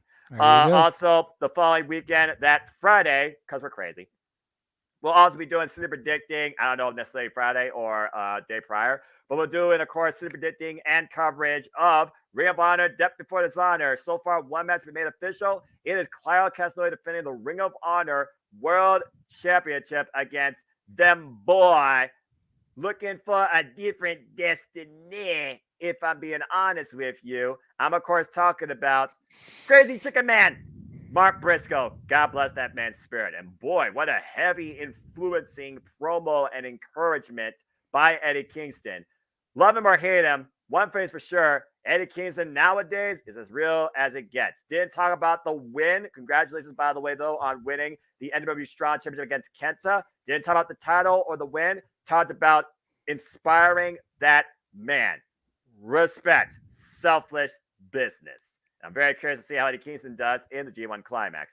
Speaking of which, go find me, Zero James, the Wrestling Encyclopedia, Casey Gallagher, giving you a simple bracketology. That was anything but simple, but still was a lot of fun and a lot of mixed match thoughts and, foreshadowing. As we talk about G1 Climax 33, Born in the Ring in full, our winners, our outlooks, our weak points, our thoughts on the schedule, and so much more. And I will be back with a simple take following the first 2 days of action to give you the rundown of how the blocks are panning out so far, and if that has any impact towards as far as what I deem might be the winners or semifinalists of this year's G1 Climax. There is going to be no rest or reprieve for me. As we also talked about, and JJ will also be leading, we'll be talking more about the Owen, but let's just go ahead and get people a little bit up to speed, considering JJ, it continues tonight on Collision Live, because Saturday nights are all right for fighting. And the semifinals are finally here, as we got in the men's tonight.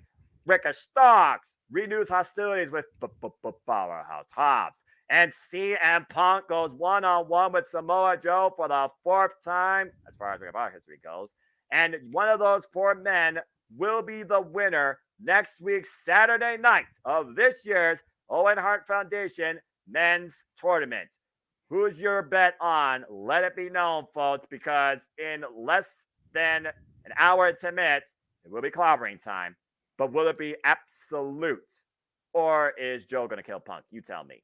And I still think it's going to end up being Punk versus Starks in the finals. Personally, I'm holding out for that. This, though, might be a bit of a different dynamic since Willow, spoiler alert for those that didn't watch the Independence Day preview, Willow lost the NWA Strong Women's Championship to Julia Donna Del Mundo of Stardom. She is no longer a champion, but she has a rematch now with Athena, not for the Ring of Honor Women's World Championship, but trying to get that win back since February, as our semifinals are set, and one of those semifinal matches take place tonight. Willow Nightingale versus Athena 2. Can Willow beat Athena, or is Athena once again going to prove that everyone else is porcelain? And if you don't step up, you get stepped out. I'm still holding out for Sky Blue, though. I'm just going to say that for the record. Yeah, I think I'm torn on this one. Me too. Because I want it to be Willow versus Sky Blue, but I don't want 2 face versus face matches in the finals. Yeah, that's the thing.